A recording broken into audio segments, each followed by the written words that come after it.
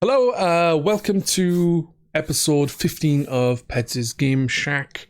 Today I have several guests with me because we're doing a special episode based around Games of the Year for 2022. So I'll start with, we have Jeffyard. Hello. Doomed Prinny. Hello. iLLfiNiTy. How's everybody doing? And lastly, Cumberdanes. Howdy. So basically, we are going to be doing a different to usual. As I said, it's going to be based around Games of the Year. We're not going to be talking about like a massive list of games each for like, oh, these are my top 10. We're going to do probably a favorite game of 2022, a favorite game that we played in 22 that was not released in the year of 2022, and then maybe most disappointing and worst game. They don't have to be games that were released in 2022. It's just a general thing. The main thing is your game of the year has to be from 2022. That's all day. So we may as well start then. We'll start with... Maybe we start with like the worst game you played in 2022. And I'll start with by asking Jeff, simply because the way I've got the layout on the stream... on the recording, sorry. Jeff is like the top, so we'll start with Jeff. Everyone else is on the bottom. Sorry, guys. Well, I guess the worst game, which I don't think I played it in 2022, but it would be like at the back end of 21, but definitely Tree Simulator 2022. Just because you didn't do anything apart from stare at a tree and blow around it. Yeah. So there's literally nothing to it. Yeah, Tree Simulator. But you didn't simulate a tree. You simulated a tree camera. What made you decide to play this game? So what was the point of it? Like, what did you actually do? Exactly. Like, so I wanted to play the game because I consider myself quite leaf-like in that I'm quite versatile. And I wanted to prove that I could be a leaf. So I thought, okay, let's show a game where I can be one with myself and sort of get into character and what do you call it? See, Yeah. where You going didn't wrong even there finish is it, did you? You should have played Flower. Yeah. I know. I Flower, chose fantastic Flower game. as well. Flower would have been a better game to play for you to be more like a leaf, even though I think you're petals. But to be one with a leaf because they're so versatile. Where the thing there for me, Jeff, is how are leaves versatile? They're either in a tree or on the floor crumpled up. Yeah, but you can get like the little pricks, can't you? And then you can get Wait, big is broad Jeff ones. Yard saying keep he's that a for prick on OnlyFans, stream? dude. Or he has a little prick on stream. I'm not. Recording. You can No, also Jeff, get turn a- your camera off. Turn your camera off. We don't need to see details, Jeff. Oh, Well, yeah, unless he so zooms in a lot um, more, we ain't going to see many details. Little prick. Talking about leaves. You mean pine Leaves. needles? Right. Okay, pine needles, big broad leaves, whatever. It doesn't matter. They're versatile. End of discussion.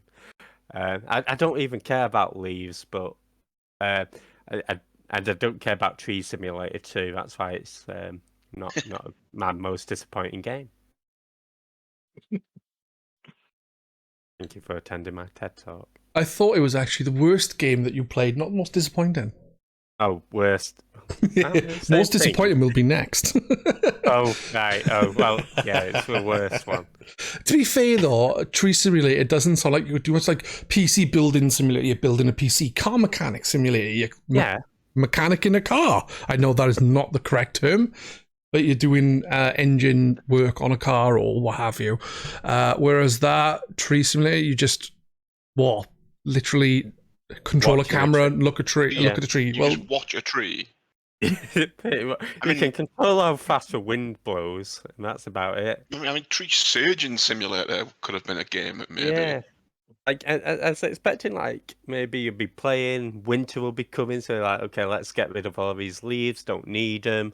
Let's, do whatever we do, go into tree hibernation, and then come out, and then spread your leaves, and then try to attract bugs to eat your fruit and shit. But no, You just stare at a tree. I can't believe that exists. That's just insane. That's more like Really? screen simulator, screensaver simulator. Yeah. Yeah, I've had little to no interest in any simulator games, and I can't believe that that's actually one.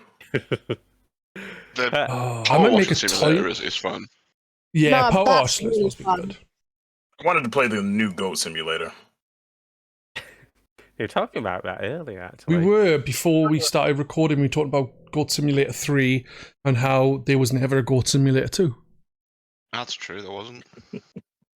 Clever marketing ploy. Isn't it? When I release my first ever game, I'm going to call it Mediocre Man Episode 64. 69. There it is. Damn it. That's like the tactics of the jet shot. Well, you could make it 64 and Because then he just have calls the it the top jet part. shot Mark 4 or something, isn't it? And it's like, then it's like, well, what happened to the rest of them? There is no rest of them. You just call it a higher number because it makes people think there's more. That's where they went wrong with the Xbox One. Because they had an Xbox 360, then Xbox One, and everyone's like, yeah, it's worse. So, yeah. I mean, it was, but What about you, Prinny? What was the worst game you played in 2022? So I was thinking in my head, like, what would differentiate worst and most disappointing? And what I figured is worst would have to be the game that I enjoyed the least, probably the worst for me to play, like via control, and yeah, it just sucked. And that, I think, for me, that was definitely Sonic Colors. Ooh, really? And I was, yeah. So I heard and I have watched people stream the Wii version, Mm-hmm. and I was really excited when they, done a new port for PS4, 5, PC, everything. And I was like, oh yeah, I wouldn't mind playing this 3D one. It looks kind of like the old school one. You're still going like a platformer and everything, and it's, yeah. And when I played it, and I know there was a lot of negative press, ignored it all, played it, and it was that bad. So the controls didn't work. And I compared it with other people who'd played it on different platforms. So I had it on PS4. And yeah, it looked great. Music, apparently they changed the award-winning soundtrack. So it was okay, but it wasn't as good as the original. I don't understand why, if it's not broke, don't fix it. But yeah, they changed it all, which annoyed original fans. And yeah, the playability was awful. And they didn't do anything to improve it. Loads of people complained. And I actually kept thinking in my head, no, it's my fault. My controller's broken. But no, a lot of other people said, no, the jump button doesn't work. So therefore, I didn't complete it. I did get further than I expected, but I was just so frustrated with it. I was like, oh, worst game, forget it. Is it like Gave that on up. all editions, or just the PlayStation 4, or what? Apparently, PC's better. Nobody's really said why, but yeah, for what was it? I don't know anyone who played on Xbox. I don't know, but yeah, anyone who played it on PS4 had issues. So I was like, oopsie, someone prematurely re-released this game. Yeah, it was terrible. And anyone who watched my streams felt the cringe with me, because I was just like, oh crap, I literally can't get past this bit because I have to jump up and it doesn't work. Double jump. Yeah, it was the worst thing ever. That is actually rather annoying, because I actually bought that on Epic Store, I think it was. But I didn't even look at reviews. I didn't know anything about this. This is the first I'm hearing of it. I haven't got around to playing it yet because too many games. But that's actually disappointing, because I enjoyed Colours when I played it back on the Wii. I think that's all I heard was how good it was. That's why I excitedly wanted to play this. And it looked great, and I loved everything about it. They made it really sharp. The music was great, but obviously when they changed it, okay, wasn't too bothered about it, but a lot of the original people who played it were like, nah, Yeah. better before, and they ruined it. And I was like, well, I can't even get past level 4 right now, so who even cares about the tracks to come? I will never hear them. Yeah. Oh, So colours. that's shite. That's very disappointing. But you could always tell me if you did get around to playing it on PC, if it was, playable. I will. I will keep you informed. At the moment, I'm playing Sonic Frontiers, so I won't be playing another Sonic game for a little bit. At least Sonic Frontiers is good, guys. Well, I'm enjoying it so far, I say. Yeah, it's. I mean, I've not played Sonic Frontiers, but it looks pretty fun. So Yeah. It looks better than shite. And That's what I'll say about it. and you can jump, but you don't have to rely on jump to finish the game, so it's great. Yeah, because they went open world with that one, didn't they? No, Isn't like Kinda. open It's zone. not quite full Open zone. Basically, Yeah, so it's they've got, like, a made bit it. of everything. The game is semi-open world, but they just give it a different name and called it open zoned. Yeah. It's no different, It's like- really, to It's like a series of smaller maps rather than like one huge one. Yeah, plenty of games like it before, but for some reason they've decided to give her a new name. Yeah. That's the structure in I was talking about it earlier on a different stream. It was destroy all humans. That's how that's structured. It works really well. Yeah, I think Pokemon Arceus is the same semi-open world, and I like that. Right, so iLLfiNiTy, what was the worst game you played in 2022? This was a tough call because I feel like this really probably could fit for most disappointing. I'll come up with something else for that if I can, but it was a game called Restless Soul, and it was a game that I was incredibly excited for because I saw a trailer for it like very early on in the year. And so it's a game where you play as this ghost. The entire world is set up in black and white in like your 16-bit sort of style, or your 8 or 16-bit style, but it has, 3D elements to it. There was supposed to be, a lot of comedy to it. It kind of made me think like it could have been something like an Undertale. And then there was also supposed to be like, some bullet hell mechanics or kind of challenging bosses and sections of the game. And it really, really dragged. It didn't have as much of a story as you would think a game like that would have.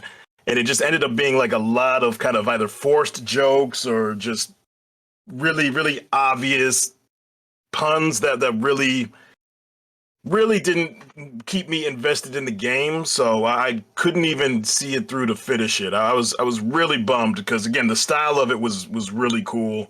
And I thought that they really could have done something neat with it. But yeah, I feel like it kind of got in its own way with being so focused on the humor aspects and, not enough of an interesting kind of combat style or puzzles even to really keep me engaged. Sounds like that could very much, like you said, be your most disappointing game more than worst, because if you were really looking forward to it, and then it turns out to be crap. Yeah, it really was. Especially if you check out a trailer, like it looks like it could be a really, really cool game.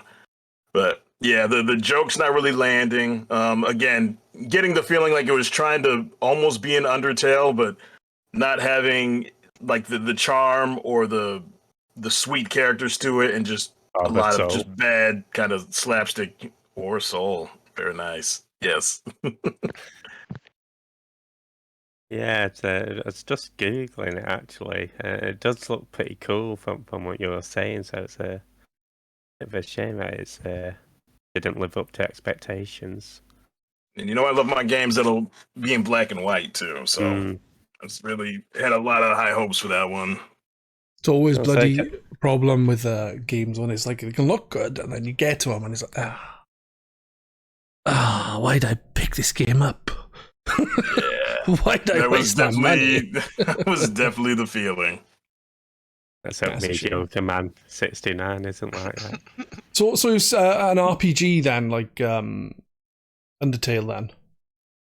Like definitely story-wise and kind of with the offbeat characters and some of the humor. I feel like, for lack of a better game to compare it to, I feel like that was kind of the style they were going for. Because you're a recently deceased person, so you're introduced to all these new characters. you've got the guy that's I can't even remember now if it was actually Death or just like the guy at the front desk that was kind of in charge of like seeing you around, and you have like the recurring characters that show up, but it just wasn't there for me. Ah, that's a shame. Yeah. Well, I may as well move on to Cumberdanes and see what his worst game he played in 2022 was. I think a lot of you might already know what my worst game of 2022 was, and I hate to say it because it's a very, very good game, and it's Elden Ring. Ooh. I detest that game. I do wonder why, because I remember loads of points where we talked about it. You were really enjoying the game. do you think you just played it so long? I think I was sick of it. I've had enough of it by the end. I just wanted it done, and I don't think I've ever felt so relieved. Like, not really happy to finish it. I was relieved that it was done, and it felt really cathartic. Deleting it from my hard drive and selling it to CX, and I could quite happily never play it again. That's crazy because it's many people's game of the year. I just don't think that kind of game's for me anymore. No, that's understandable. For me, like, I really enjoyed the game. I didn't play it as long as you did. I put in about 90 hours, I think. Whereas I think you put in like 200 odd. Yeah, it was something like 188, 190 hours maybe I put into it. Yeah. Man. So, do you think it's genuinely you played it so much you just went off the game? Yeah, I think I'd played it for so long it was too much. I think I just had enough of it. Yeah. I was actually talking. I had to sort of check what year certain games came out because it was either going to be that or My Friend Peppa Pig. But that came out in 2021, I think. Oh, did it? That's also garbage. Yeah. Oh, she's not getting money. She's a spoiled brat. She's not helping children of her age. Oh. My criticism with Elden Ring, I think I've seen someone on G Arcade, the forum that me and Pedz are on, and someone had a very similar criticism. When it's an open world game and you can just take off and do what you like, it's actually a really good game. But when it remembers it's a Souls game and you're forced down a specific route, that's when it falls down, in my opinion. Do you reckon having Peppa Pig in Elden Ring would improve it, or if you could stab her repeatedly, I'm down for that. Turn her into bacon. Someone make a mod quick. Someone probably would. Elden Ring for me. I even cancelled my pre-order for it. I wasn't going to get it, and it's almost like peer pressure because I was like, "Come on, we all know I'm going to get it at some point." Let's just get it out of the way. Because I've played every other Souls game, so we all know I'm going to play it. And sure enough, I went out and bought it on the day it came out. I do have a bit of Elden Ring trivia, actually. Yeah, it's actually originally going to be called Elden. And Beyonce came up and she went, if you like that game, put a ring on it. As soon as you said Beyonce, I'm like, I know where this is going. Was it worth it, Jeff? Was it worth it? We can't hate on Beyonce though. We can hate on Jeff. Yeah. That's what we're doing, hating on Jeff. Yeah. Jesus, Jeff. You just lost 10 credibility points. And you only had 9. At least I've got Beyonce on my side. Definitely worst game of the year for me. Elden Ring. That's genuinely surprising.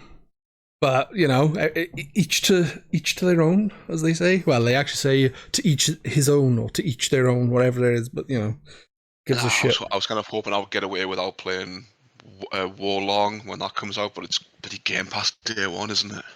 Yep. Yes, it is. And I've already played the demo of it, and I think there's some stuff that transfers over from the demo to the main game as well. So I'm not like even more reason to play. I'm trying to think. The worst game I played in 2022 was not a game released in 2022, I'll be honest. It was released in 2019, I think. So it's like 3 years past its its release, but I have to mention it because we played it for the podcast. And it's a game called Shadow Corridor. Some wonderful person who I'm really glad came on the episode to talk about it. Introduced me to the game to play. I got further than them in the game, as they pointed out just now. And they didn't like it either and deleted the game. So I genuinely really disliked it. It's basically like a horror game, right? You can't attack or anything that I'm aware of. Which is fine. There's been plenty of games like that, but it's literally you are walking around corridors in the shadows. The game lives up to its name, Shadow Corridor, and you're like in a feudal Japanese house, and it's just so boring, and you get lost constantly. Looking at screenshots of it looks decent. Oh, player. Good, but it just didn't give you enough prompts on where you had to go, what you had to do. I was said person. If you've heard Pedz's previous podcast, I played it. It was like an indie game on the Nintendo eShop, and I like horror survival. So I was like, yeah, this looks like my kind of game. You run around and you hide under chairs and closets and whatever. But actually, you were in a corridor on the street, which was more interesting, to be fair. But like, I don't know what it is that killed you, really. Pedz got further than me, and I was like, Pedz, how are you surviving? He was like, I don't know. No, nothing's touching me. And I'm like, what are you talking about? Every door I opened, a flash of light would happen, and I was dead. And then Pedz was time traveling. Wow, what? Where? So it was interesting. I wish I could figure out the game, like, because Pedz was playing it quite well. That's why I was really surprised when you turned around and went, this is the worst game I've played in my life. I was like, well, okay, you're probably near the end of the game. Come on, Pedz, just finish the game, man. I played Mega Man X6. Tell me why they time travel. Just tell me. I don't know. You're walking around, you end up going to this place, and then the game's like, yeah, you're going back in time. And at least that's what it seems like. And then you're walking around this feudal mansion, it must be, because it's massive. And you're just constantly getting lost. There's nothing, like everything looks the same. There's nothing that really differentiates anything from anything else. So you're constantly just going, have I been here? Yeah, I've been here. And for all I know, it could be a completely new area, but I wouldn't know because it looks exactly the same as everywhere else I've been. Awful. Yeah, that sounds pretty bad, actually. That sounds like when I was playing Blair Witch. Like getting lost in that because everywhere just looked the same. Admittedly, you are in a forest in that, but still, it was annoying. See, I really enjoyed Blair Witch. I enjoyed it overall. When I realised you're actually looping. Yeah. That was the beginning. I was getting lost, but I was looping. Yeah, at the start, it's just a loop until you find something specific. Yeah. So you're like, okay, what am I doing? And then you find that, and then it's pretty straightforward from there. But like, I never finished that. I finished Blair Witch, but I never finished it with the good ending because hearing about how you do it, I was just like, nah, chance. I can't be bothered with that. The game's quite clever actually in that respect. It tricks you into getting the bad ending. Yeah. It very subtly manipulates how you play to try and make you get the bad ending. It's disgusting. I'm a nice person. But yeah, Shadow Corridor, you belong in the bin. I don't buy anything on the Switch anyway, so there's no chance of me buying it. I don't know if I bought it on the Switch or like the Switch on the PC, joke. but I can't remember. I think it was the Switch. Buy games on the Switch and then they just sit there. Well, the Switch store's terrible. It's really expensive and it's just full of hentai. Jeff's happy. Seriously, the amount of erotic games on the Switch is insane. It's full of them. It's almost as bad as Steam. Did you play an erotic game, iLLfiNiTy? What was that game called? Honey Pop? Oh yeah, my man Jeff here bought it for me. Is it When we get to game of the year? Bejeweled or something. It's like a match 3 game, but with like a dating sim attached to it. I have no idea. I've not played any hentai games, to be honest with you. I have no interest in them. You know? I also, for the record, I have no idea. But it was a nice thought, Jeff. Thank you. I searched RPGs. And that just happened to be the first one that came up, huh? No, because I think it's before payday, so I needed it to be under a specific price point. All right, But yeah. he- Speaking of But it's all RPGs, stars, 5 out of 5. He was like, and it's a good game too. This won't disappoint me. speaking of RPGs, right? Before we started recording, just a little tangent. Jeffyard tried to convince me and Prinny that FIFA is an RPG. Excuse me? Yeah, exactly. Hang on. You've got stats with your little footballers, yeah? It's just like going into an RPG battle. I In mean, fact, Captain Tsubasa is an RPG. Yeah, is That is literally a football Yeah. RPG. Now, Ganbari or something was an RPG. It was turn-based football RPG, but FIFA, you can kiss my ass, Jeff. Interestingly enough, when the battle director was creating the battle scenes for Final Fantasy 1, they did actually base the sort of left to right off American football. Only slightly, but that's quite interesting. Yeah, it is pretty interesting. I remember when they made the first Zelda game, they based it off of football, and that's why Link runs around with a sword. So, Yeah, also the fact that is quite interesting. Yeah. Neither really help your case, Jeff, but they are interesting facts. I mean, I wasn't saying it in. I don't know. I just think there might be some similarities. It might not all be. If you look deep enough, you might be able to spot some trends. Wow. Was that a little jab there? No. Not at all. Okay, all right. Hey, you said that I had a small prick about. You said that. Yeah, you said you had a small prick. And you all laughed in agreement. You said that leaves were very versatile. You had regular leaves, and then you had small pricks. Versatile. I don't know how you can blame us for you saying you have a small prick.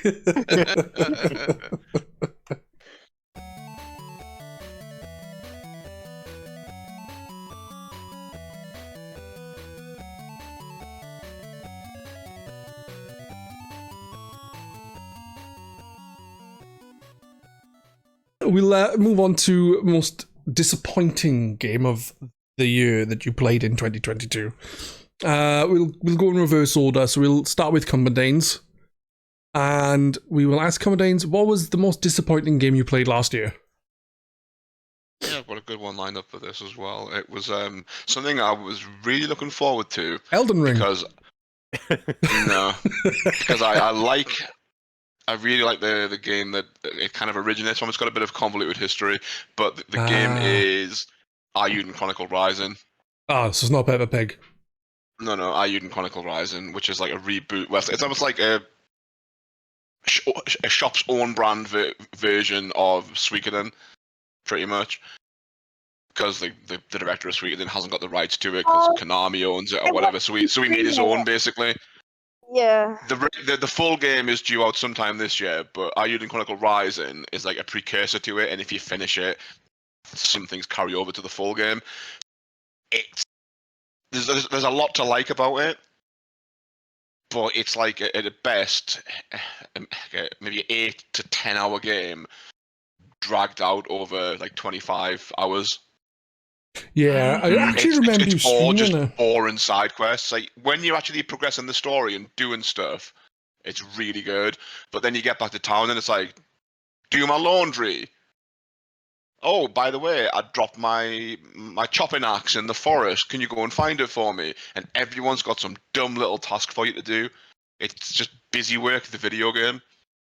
Yeah, I watched a friend play that, and that's what they said too, and that's what I could see. Just so much busy work that didn't need to be there. Yeah, it's all side quests.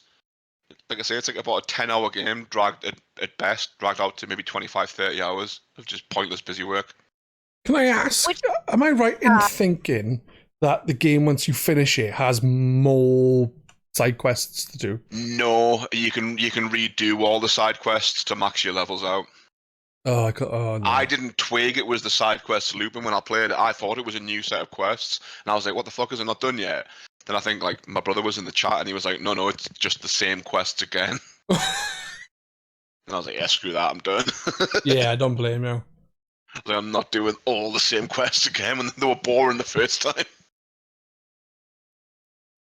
And it's a shame because I really wanted to like it. I was looking forward to playing it as well. Yeah, it So- sounds genuinely disappointing, but it sounds like there's a good game buried in there. If they removed a there lot of is. the side shit, that like the busy I think work. not necessarily remove the side stuff. If they put in more main stuff, Right. if there was more to the main game, I think I could tolerate the side quests. But the Yeah. fact that most of the game is side quests, it needs to be a bit more balanced, I would say. Did you at least get to know the characters? Kind of. There's only really three. There's But like there's a little are they- girl who's like a traveler who like you've got to leave your village to go on a pilgrimage.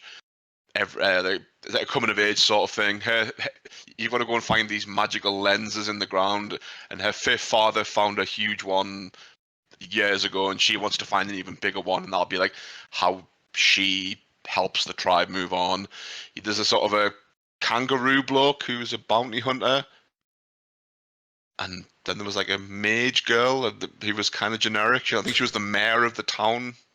Can I ask, Where when the you say game's set in. kangaroo girl, do you mean an actual kangaroo girl, or are you just saying she's an No, man, Australian? he's a man who's a kangaroo. His name is actually Garoo. Oh, right, He's a, okay. he's a humanoid kangaroo, like that movie Warriors of Virtue. Or Not seen Tank it. Girl.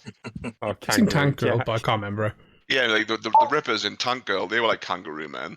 They had a kangaroo man in that show, yeah. What's Tank thing? Kangaroo man? Tank Girl's a movie, but there was like a race of kangaroo people called Rippers.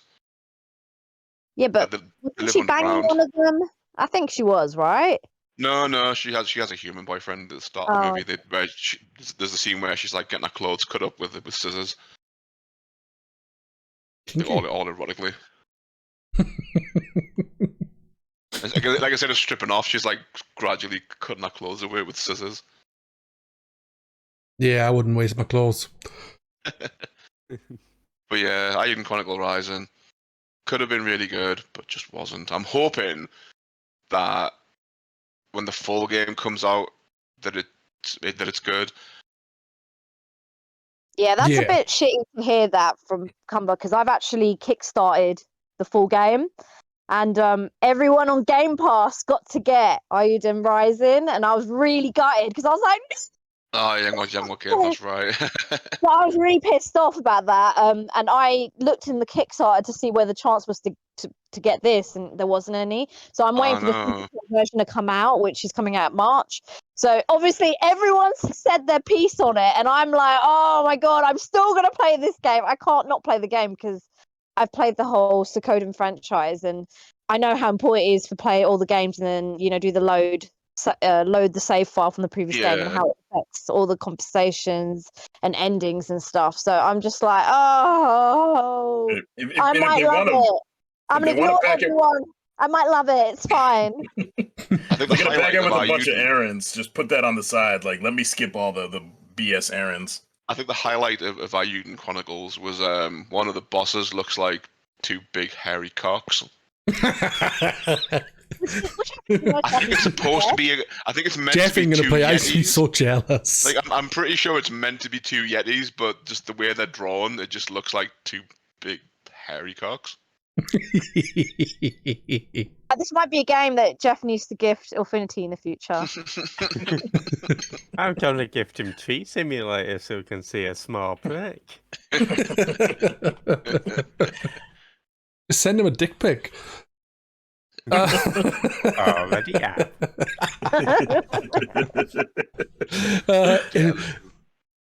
That's my disappointing game anyway. That's fair enough. iLLfiNiTy, what about yourself? What was your most disappointing game of 2022? So my most disappointing game, I wouldn't say it was a bad game. I still enjoyed it, played it through to the end, but it was a Trek to Yomi. That's the Alright. the side-scrolling Yeah. samurai game. Again, in black and white. I do play games in color as well. But it definitely, like the aesthetic and the music was really, really great. Really pretty game. Really going with like the Kurosawa kind of vibes and all of that. But the big letdown for me was the combat and the lengthy repetitiveness that it had.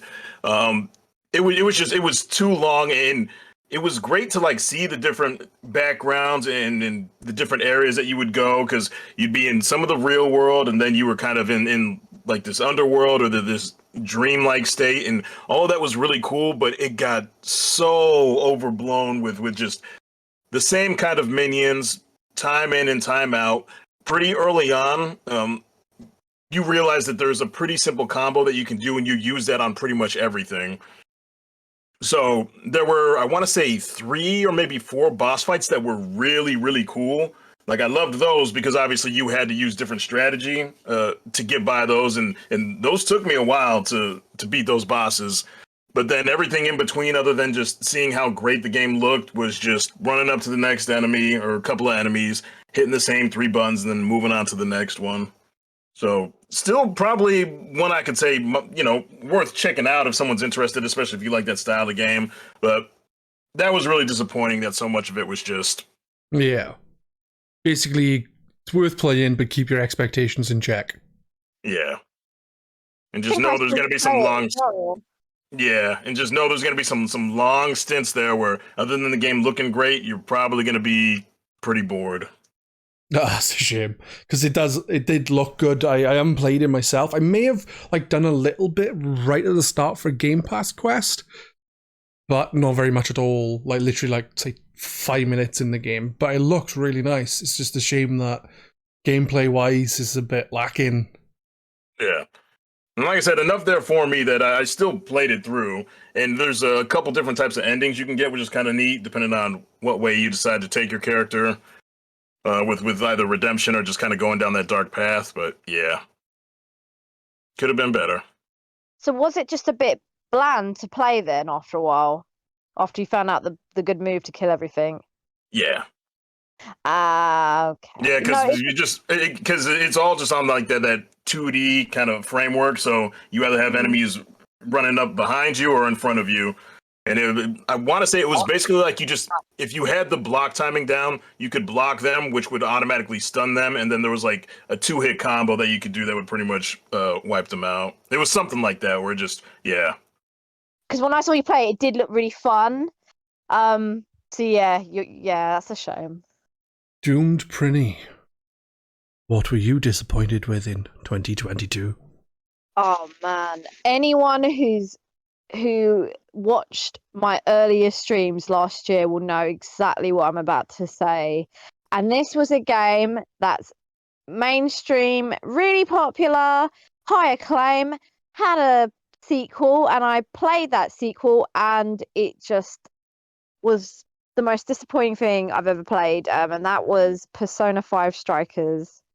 And everyone goes on about how amazing Persona... Was it Royale? Was it Golden as well? There's so many different versions of 5 because it was so popular. So then they decided, well, we're going to do the sequel, which is going to be Warrior style, called Persona 5 Strikers. And I was like, oh, yeah, because the other one looked a bit too chatty for me, and all they did in this game was talk. See, what I've seen of that, it doesn't even look like a Musou game. There's not enough enemies. It's mad. The fighting's not even that fun. And I was sitting there thinking I should have just played Royale, because Royale is my type of game. It's turn-based. And yeah, you don't get to actually appreciate the character designs of the bosses. And it just, oh man, I was so disappointed, because there's so much I wanted to know. And the thing is, because they assumed that you played the previous game, they just didn't have anything in there about the characters or the background or anything, or no recap, which I thought was the only thing they could have added in to make it slightly better. But yeah, because it's a very stylish game. It looked beautiful, and no one's the music was amazing. All of that was great, but it was just really frustrating, because I'm sure there was several streams that I've done where I'd do 3 hours of just pure, I'm pressing the button just to go through the text. text, text, text. And then I'd have like 45 minutes of action and then I'd die. Half the time I just forgot what I was doing because I'd be so mind-numbingly bored with them talking about food. That's all that happened in the game. Talking about food for 3 hours, damn, that's my kind of game. Jeff's definitely been in that stream where like everyone's like I've had people come in and out of streams going, oh, you're at the same bit like 2 hours later, and I'm like, yeah, they just won't stop chatting shit. Like, oh, it was very it's not even good conversation about food, Pedz. It's just see bland. I think I put off a lot of people off that game, and I didn't mean to because I had high expectations. And there's loads of people recently who've been saying to me, oh yeah, we're really interested in playing Persona. And I'm like, oh, from the start? No, from 5. And I'm like, ooh, okay, I'm going to walk out of this conversation because I don't really want to be biased, but it's really hard for me to pretend I liked it when it was so soul destroying. And then people just come in and be like, oh, God, you're doing nothing. It's like, I am. I'm scrolling. I'm reading. I'm scrolling. I'm reading. Why don't you just watch the beginning of my VOD? And it's like, just got to a point where I just kept getting lost because there was no point in any of the conversation. So I'd be like, so what am I going? What am I doing? I know they're eating Korean barbecue. Tuning out. Yeah.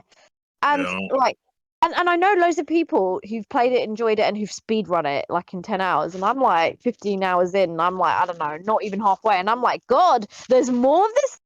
Oh, someone help me. Like, I was like asking a couple of my friends, like, can you like just guide me through this so I can just get through it? Because I can't, like, my attention span had been overheated and like driven over, and I just had no interest in it. And the thing is, it's a beautiful game, and I really liked the look of it and the characters, and I wanted to know more, but it was just so boring. I've not really played a Persona game, so like, if you sorry, did, I played 4 Golden a fair bit. I got to like the 3rd dungeon or something. But, I don't think I could play a Persona game. Like, the thing is, too chatty, too weeby.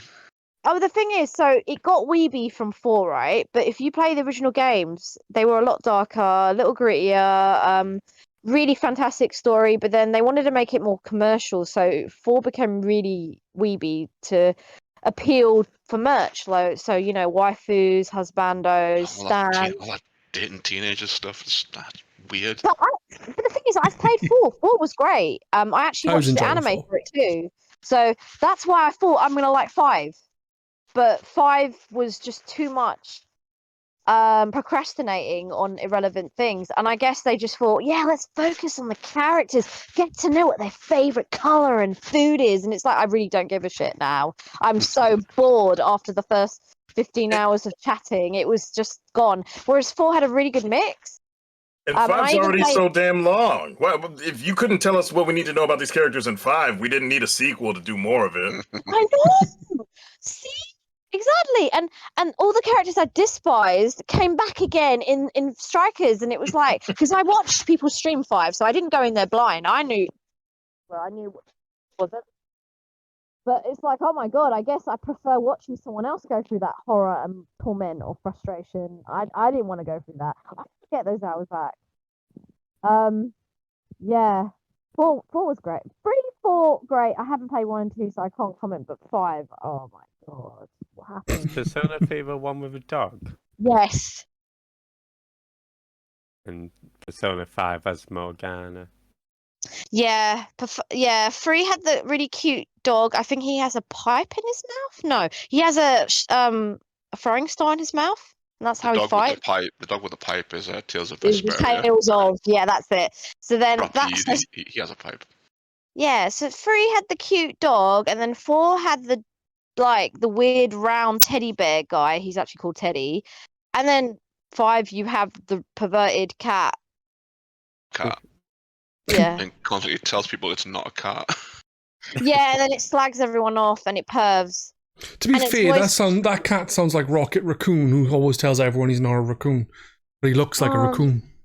Rocket's got personality, man. Morgana's just really whiny. And doesn't help you in the game. The mascots normally give you clues to the game. Morgana does nothing. Morgana actually looks really cute as a normal cat and then turns into a chibi cat and becomes really useless. And it's like, oh. I don't even think, I don't even like looking at you on the screen. You just infuriate me. Bad. Yeah, well, it sounds like you were very disappointed with And I like JRPGs, so yeah, out of nowhere that destroyed it for me. But hey, there are people who like it. Just wasn't stimulating enough for me, unfortunately. It cannot be helped. Sometimes you get a game you're looking forward to, and it just shits the bed. Or doesn't shit the bed, but just doesn't live up to the expectations you've been led to believe about it. That doesn't make sense, but I know what I mean, and that's what matters.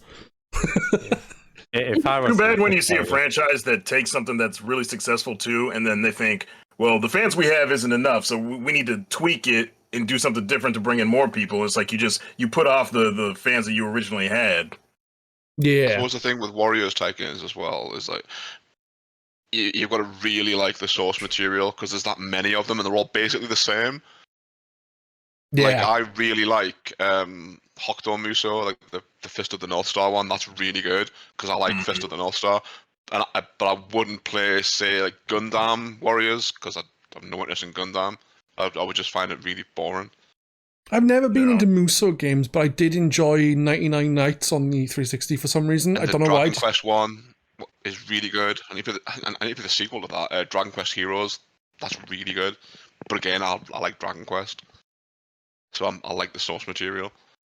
Jeff, what did you find very disappointing in 2022? Finding out I've got a small prick. You found that out. Well, I assumed you found that out way before 2022 when you looked in your pants. But I'd probably say Mega Man X3, and you might think, oh, why that one's disappointing. Yeah, exactly. I think because I went into it expecting X6 to be shit, so. X6 is by far a worse game. But X3, I sort of, I think I had pretty good expectations for that one, and that one I found really tough, really weird to root through, and yeah, just compared to X1, X2, and X4. Well, wait, you played X1, 2, 4, then 3? No, I went X1, 2, then 3, 4. But, I know. Yeah, I think compared to the surrounding ones, it is definitely the outlier. But I think it's made by a different studio, wasn't it? X3. I'm not sure. I just know that X6 can literally. I will never ever play that game again. If I ever do a full run of the Mega Man series, like, again, I haven't finished every Mega Man game. If I decide to finish it off and then start again, I will skip X6 because I'm not playing it again. I would rather stab myself in my balls. Wow. Ouch. I guess the stabbing's faster. Criticism. Yeah. I think Pedz likes that though. I think that means he likes X6. Is X6 the one with the weird kangaroo who seems to like being hit? No, that's X7. X7 is better than X6. Yeah.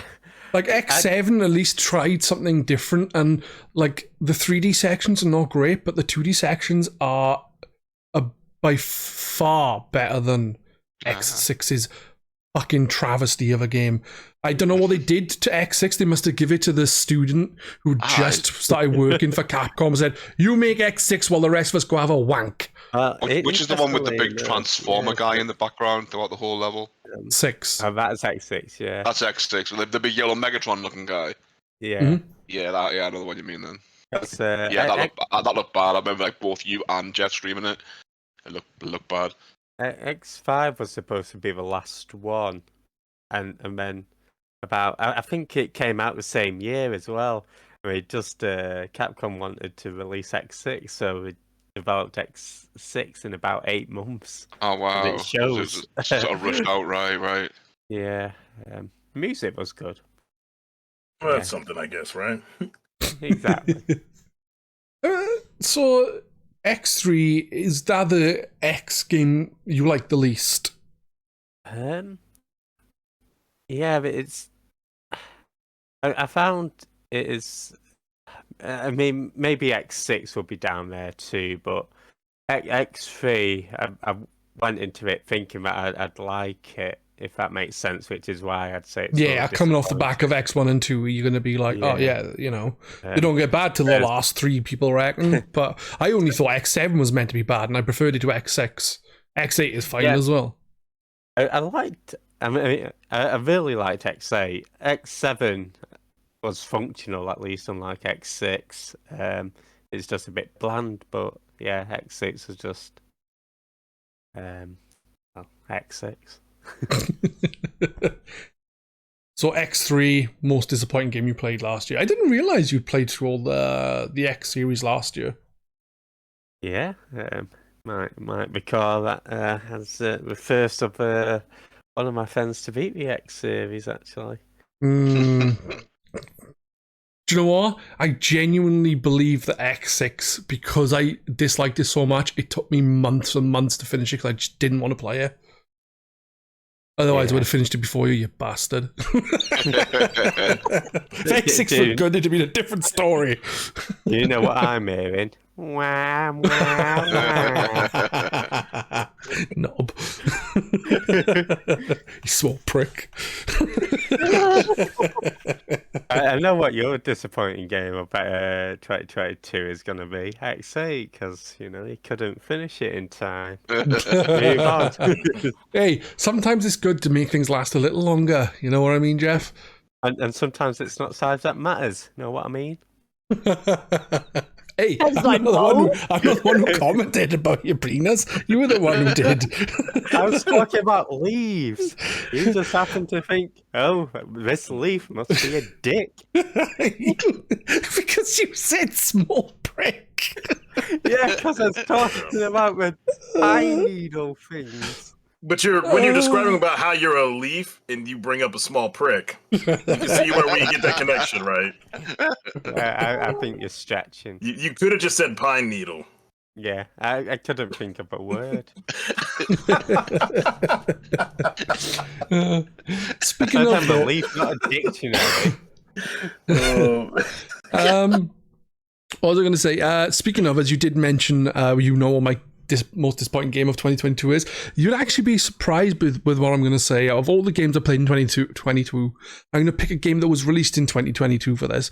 And it's actually, genuinely, it's not a bad game. I enjoyed it, but I was disappointed. And that was Pokemon Violet. Ooh. At the end of the day, like, the Pokemon is a game series I've played since Blue.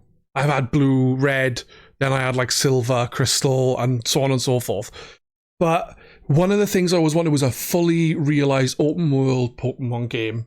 And we finally have that with Violet and Scarlet. The issue for me is the game is such a fucking janky mess.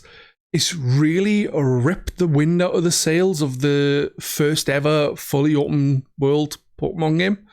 And it's, because of that, a massive disappointment. Like, yeah, I had fun playing it. Just because I'm disappointed, it doesn't mean I didn't like the game. I'm disappointed because it could have been so much more if Game Freak put more time into it. Like, normally Game Freak they have their games come out at the same time as the anime and whatever else. Like, the Paldea region stuff isn't happening until March this year, so why did the game have to come out in November last year? On top of that, you had something like Pokemon Sword and Shield, then DLC, then more DLC, then Arceus, then Scarlet and Violet, all within like 2 to 3 years. It was just like, why not spread that out a bit? I wanted to ask you too, as someone who hasn't played those newer ones, and seeing people play Arceus and then Violet Scarlet, did it feel like Arceus was that step in kind of a new creative direction, and then Violet Scarlet feels like a step back? Yes, that is exactly right. I think I enjoyed Violet. I enjoyed Arceus more. I think that was going in a new, like you said, a nice fresh new direction for the series. And then they kind of like pulled back on that for Scarlet and Violet, and it's like they kind of went more traditional with certain things, and I think that kind of put a dampener on it in itself. Like, and you'd like to see him just go for it too. It's like, you are the biggest IP of all time. Just exactly. There's whatever no you make is reason going to for make money. Yeah, it's like they don't want to put in not so much the effort, because obviously like the devs and that are probably putting in a lot of effort, but there's not like they're not putting the resources in, and they've got those resources to do it. The franchise is fucking massive, so why is it so lackluster? Like you said, you've got this license to print money in it. Yeah, you've got this massive open world, all right, where I was like, when I was streaming, I was saying to people like, look at this, the world is vanishing and popping back in when I'm doing like turning around and looking at things. You have glitches popping in general. You have texture issues. You have loads of the ridey Pokemon that you ride, they sometimes vanish. There's so many issues. Like the towns are quite nice, right? But then you have these really bland fucking buildings throughout the towns, and then the few buildings you go into are just little boxes with a person you in. can't go in houses, can you? No, the few you do go in that. are shit. It's just like one room with a person standing by a cow going, yeah, you can do the gym challenge. Oh, okay, thank you. Like, they introduced, like, in my opinion, Nimona is probably the best rival you've had in a few generations, because I wasn't a big fan of Hop and How, or whatever his name is. And basically, she's like Goku of the Pokemon world. She just wants to fucking fight and get stronger. But like I said, fun game, enjoyable game, but it's a step backwards in some of the ways Arceus kind of freshened things up. So it's a step back from that. And then with the half-assed attempt at making an open world that doesn't fall apart, it kind of really puts a dampener on finally getting a game I've wanted for over 20 years, you know? I almost think like Game Freak they know that no matter what they put out, it'll sell. It's almost like they don't really care. It does seem that way. It's like, if that's not the case, whatever they put like out, it's going to sell like gangbusters. Yeah. And that is why it is the most disappointing game of 2022 for me. I enjoyed it. But again, at the end of the day, when your game runs like a piece of shit, then you're not going to be happy with it. You're going to be disappointed. And when it's one of the gaming franchises that you played as a child, and every generation of the games you've played, when you finally get in something you've wanted when you were a not a young kid, but a kid, a teenager, and you're finally getting it, and it's like, yeah, you've got it, but, you know, it's kind of like technically shit. Yeah. So, you know, the technical aspects of the game are shit, not that it's technically shit, if that makes sense. So, yeah, that's my most disappointing game of 2022. It's a shame, but, you know, what can you do? Hopefully they'll actually pull their fingers out and patch it to make it better, but it's still always going to be disappointing because of that. Yeah, that's a shame, but yeah, but it seems because I heard lots of good things about Pokemon Arceus or Arceus or Arceus or whatever. You say Arceus on this year podcast. I think it's Arceus, but no, we say Arceus. I say arse ears. Like ears on your ass. It's like if we ever get a Pokemon Bowie, it's gonna be, is it Bowie, Bowie? I mean, it'll be Bowie, clearly. That's how he pronounced it. True. Yeah. Well, I did get corrected by iLLfiNiTy that it was Bowie. Yeah, that's how he actually pronounced it himself. So I just called him Die. Maybe a little bit of respect, Jeff, if you could, please. Oh, yeah, I'm sure I saw an interview with him where he said it was Bowie like the knife. And We're it's all learning actually and growing. it's actually David, not David. David. David Bowie. Just drops the accent on the second word.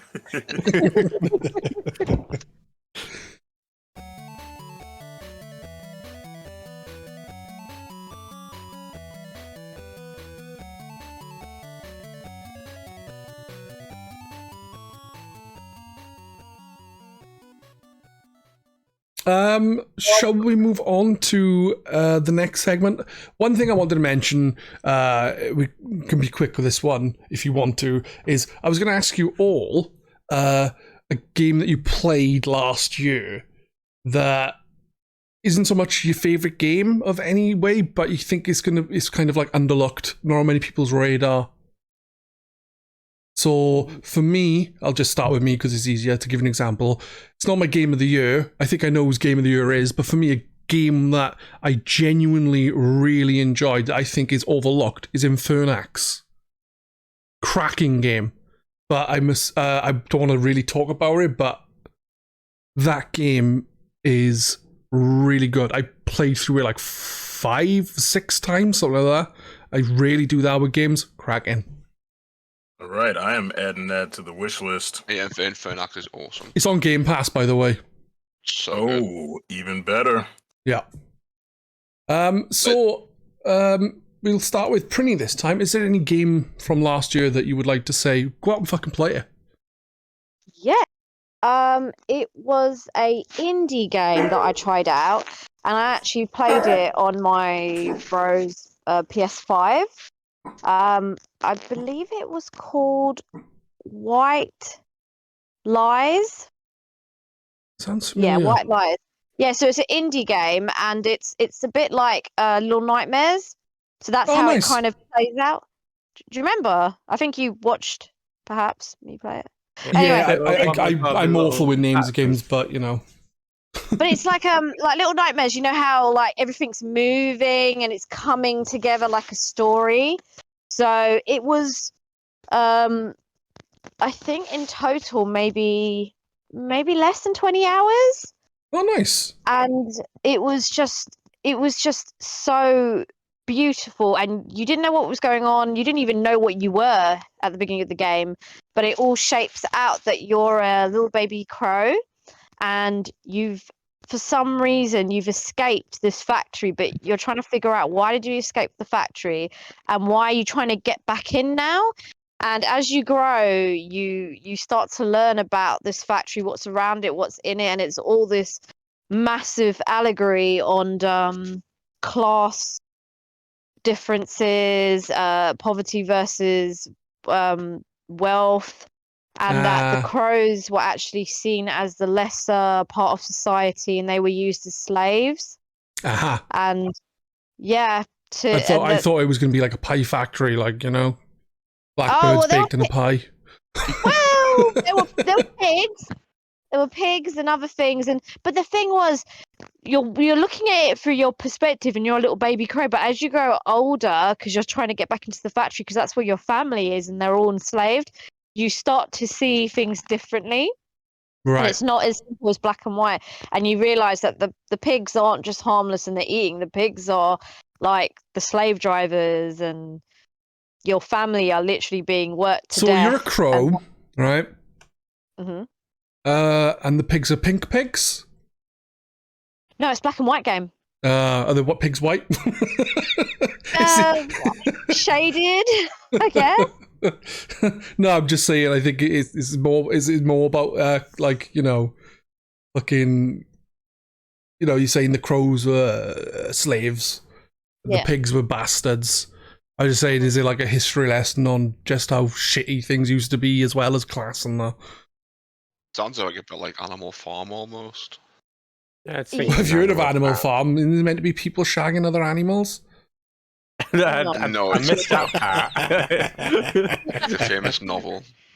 Yeah, I know that's effective. No, it's so this, it's all so- class based and things like Well, that. that's kind of what the book socialism. Animal Farm is about, where it's like set on a farm, and like they overthrow the kind of tyrannical farmer to make all animals equal, but then like pigs make up all the rules, and then they start changing the rules to suit themselves. So it just Yeah. ends up just basically the history repeats itself, and the pigs become the tyrants. Ah, that's interesting. It's a good book. There's a good animated version of it as well. It's baby. Yeah. it's not pleasant to watch. It's 'Cause- quite scary, but yeah. Yeah, because don't like parents take their kids to it thinking it'd be like a Yeah, I think children's so. film, Yeah, like- it's not a kids' film like by any Definitely stretch. not. No. Yeah. But Yeah, what was it so- called? White Noise. White Lies. White Lies. Yeah. And so there's no sound in it. And when there is sound, it's like really dramatic, old school kind of music. So it's almost like there's silence, and it's only when you're getting to the crux of where you're going or what you're doing, you start to hear something, and it's really moving. It's hard to explain. It's like a experience. Like you feel like you've at the end of the game, you feel like you've learned something, like you've taken something away from the game. So yeah. What did you say you played this on? I keep just finding a board game. PS5. Okay. Sounds interesting, actually. You know, something I might actually have a look into then. White Lies. Yeah. Cool. How does it go about the social aspect then? Because a lot of things that try and do like a social aspect thing so are kind of a two in your face. Like a bit of subtlety goes a long way. It kind of gets the point across in a way that feels organic instead of it just being pushed at you. Is it more subtle than just being like, no, this is how it is? You know? Yeah, it's very subtle. It's got loads of imagery dotted around it, and you notice it and you start piecing it together. Oh, that sounds really cool. I'm gonna have a look at that. Can I just say I totally misread the name. It's White Shadows. Sorry, White Shadows. That's why you Okay. couldn't find Infinity. Thank you. I went back onto it to check it just to make White sure. But Shadows. Right. I'm Nice. just telling white lies. White Shadows. iLLfiNiTy. What about you? Right. What game would you say is a game that is kind of not on people's radar that should be? I'm gonna do it real quick because I have two, and they're both very different types of games. The first one is called A Musical Story. It's a short, really neat-looking, artistic. I mean, it almost looks like a painting as the images and the gameplay goes through. But you're basically a version of what you might say is like a Jimi Hendrix character. You're in a band. There's no dialogue, so all the story is told through music. And Nice. it's basically a sort of a rhythmic music game. So you'll have this, you'll have these different scenarios or scenes that take place. Then when you're up to like play the game, there's kind of this wheel of nodes that circle around the screen, and you have to like repeat what you hear the first time. And so it's like 60s, 70s, really cool kind of groovy music.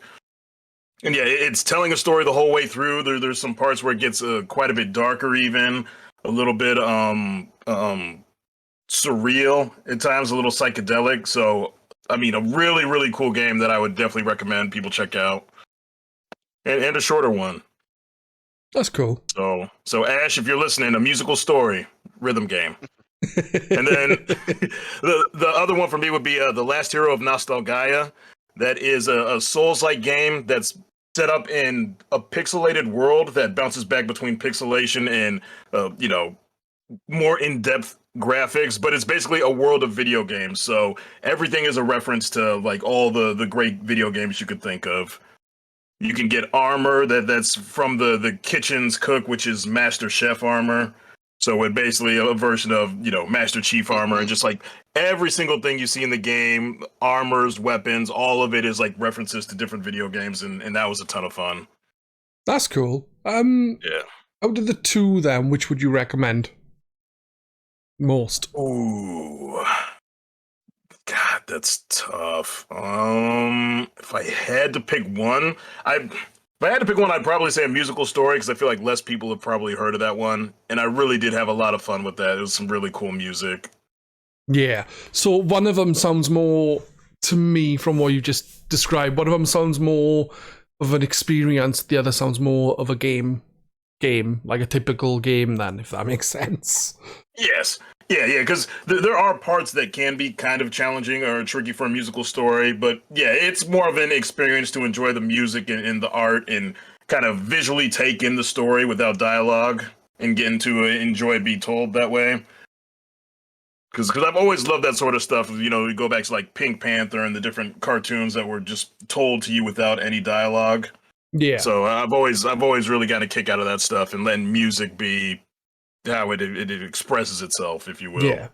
I'm assuming you mean the Pink Panther cartoons.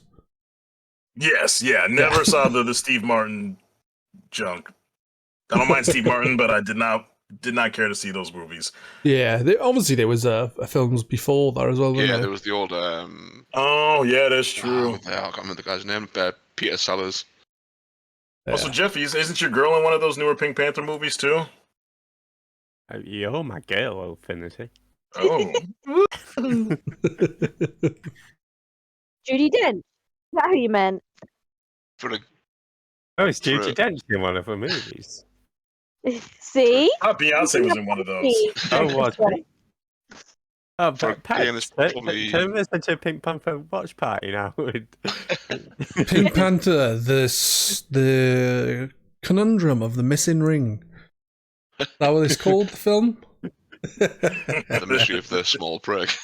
Oh. I think we know where the ring is. I didn't think it was big enough. I didn't think it was small enough for that.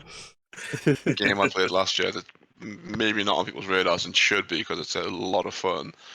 I've kind of looked at the list of what I played is a Donut County. Oh, it's a great game. Donut So you County actually- is so much fun. Yeah, look fast. The way that I would describe it is, it's almost like Katamari Damacy, but instead of rolling around a ball, you control a hole. So like it's like a hole in the ground that like swallows everything Sort up, of and then the more you vagina, swallow Jeff. up, the more stuff the hole swallows up, the bigger it gets. So I kind of like Katamari where the ball grows, and you can start swallowing bigger stuff. And you pretty much, it's really simple gameplay. You just got to destroy like the region you're in by eating gradually bigger and bigger stuff, and it's a lot of fun. Basically the character you play as is this like jerk raccoon who thinks he's selling donuts. But he doesn't even know what donuts are. To him, donuts are holes in the ground that eat everything. Yeah, It's I played it. It's so a good much game. fun.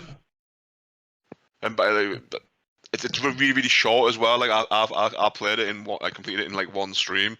It's like maybe a 4 or 5 hour game maybe. Yeah, it's a short But game. a and lot of fun though. It's a lot of, yeah. There's a little bit of replay value to it as well, because there's some cool. If you're into your achievements and your trophies, there's some cool achievements in it. Like there's like a bit of a boss fight at the end. If you get a perfect on the boss fight, there's an achievement for that sort of thing. But yeah, I would really really recommend it. Really nice to find some good games that aren't 40 plus hours too. Oh yeah, definitely. I did Yeah. play another game last year that was quite similar, but just not quite as good, called Rain on Your Parade. Oh, that was on Game Pass. It's not anymore, is it? Was, yeah. Where I in think Rain Donut on Your County still Parade, is it? you play a rain cloud, and you've just got to like basically annoy people and ruin their day. But that in particular, it does have a cool mission in it that like it spoofs Metal Gear Solid, where you've got to like sneak around this military base, and it's all like the guards are all kind of like have like a cone of vision, like Metal Gear Solid style, and when they see it, it's like, and they get like the exclamation mark above their head and stuff. That's cool. But mainly though, I would recommend Donut County. Yeah, I would Yeah, agree good. with that. I would agree with you there. Gets my vote. It's on Game Pass, I think, or at least it was. It was when I played it. Yeah, it was when I was played it as well. That's how I played played after. it. I think Yeah, that's the go good thing play it. about Go Game play it, Pass don't and come here. PS Plus and that and services like that is you can play some of the smaller games that you wouldn't normally look at. So Yeah, you can take a punt on something without needing to pay for it, and so it doesn't really matter if you like it or don't like it. yeah, Like if it's a bit, I don't really like Uh, that. Doesn't matter. You haven't paid for it, have you? exactly. And if you do like it and you want to buy it, you can. Like I bought Yep. Nobody Saves the World, which people should check out as well. That is fun as well. I need to get that finished. Yeah, especially as it's leaving Game Pass on the 15th January, which is tomorrow. What's the thing is, if you buy it while it's still on Game Pass, you get a discount, don't you? Yeah, 10%. Not a massive discount then. No. Jeff, do you have a game that you would say everyone should check out because none of us did? Besides Tree Simulator. Small Brick It's a- Simulator. Oh, That's going to be a thing forever now. It'll go one day. Don't you worry. Just got to find the right person. Pedz. Yeah, but it's a little known game called Elden Ring. Don't know if you've heard of it. no, what's that like? I don't know. I've not actually played it. I'd say it's for free. This one, Sonic Triple Trouble, 16-bit fan remake. And Oh, if you're a nice. fan of a 2D Sonic game, they sort of put the Game Gear game, made it 16-bit, made it widescreen, put in special stages, gave it Sega Genesis accurate colour and sound. And yeah, it's a pretty cool game. Completely fan made. Oh, a fan sort of remade it into 16 bits. So. It's fully made from the ground up as well, and you don't need to go Yeah. and download. Not download. Convert your Master System Game Gear cartridge, into a ROM file, and then patch the ROM file. It's literally just download that. Yeah. Yeah, I haven't played it, which is strange because I thought I would have. Yeah, it's really fun. I've never really been a big fan of the 8-bit Sonic games. Disgusting. I know. Although I did enjoy when you had me play Sonic 1 8-bit. That's completed that for the first time a few years ago. I But play yeah. that pretty regularly. It's like my comfort food game. That's one thing I'll say about the first Master System Sonic game is a lot of people will play the first level and be like, "Oh, this is just a shit version of the Mega Drive game or Genesis for those in America and Canada, maybe. Yeah, Canada. They're like, yeah, because it's Green Hill Zone, so like, yeah, it's just a really bad version of the Mega Drive game. But if you play beyond that, you'll realize that nearly every level after that is not a level that's based on The music is so good. not based on the Mega Drive games. Like, yeah, it has got Scrap Brain Zone, it has got Labyrinth Zone, but like Scrap Brain Zone, the music is so much better in the Master System. Yeah, and the Bridge Zone. Stage 1, the music's so good. Well, because by is it Yuzo Koshiro, isn't it? Yeah, the guy who did Saints Row. Streets Rage. Yeah, well, Streets because the game's Rage. it's made by his company, Ancient. Yeah. I think it might be his wife. I think was the director on it. Yeah, oh, nice. So you're Sonic saying 2, we should check it out? Is a bit ropey. Yeah, I Yeah. agree with that. That's a bit rough around the edges. It's a good game, but it's a bit rough. Chaos is better. Is it Chaos? Yeah, Yeah, Chaos. Chaos is really good. Yeah. I need to get all the emeralds in that one day. And Triple Trouble 16-bit is worth checking out. So say Jeff. Speaking of kind of weird Master System and Game Gear games, I learned yesterday. I seen an advert on Twitter for a company who does PAL Master System cartridges of primarily Japanese exclusive Game Gear games, Oh, that's cool. including the very excellent Sylvan Tale. I've never heard of it. It's like a Zelda clone. It looks like Witchcraft.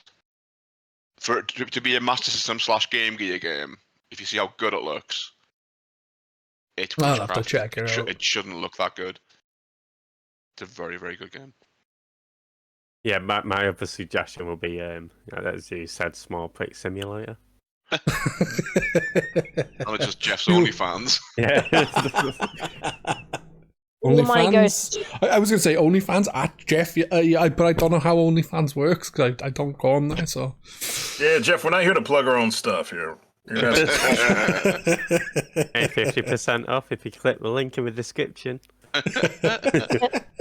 I'll send you the link later, Pedz. cheers, dude.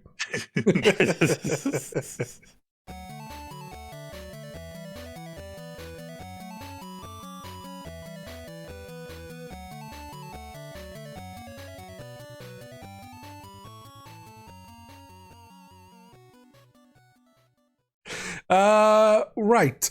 Moving on. Obviously, we're going to get to Game of the Years soon, but before that, we'll go for a favorite game you played in 2022 that was not released in the year 2022. So you could even say The Legend of Zelda, Adventure of Link, if you really want to. If you're fucking insane, but you could say it.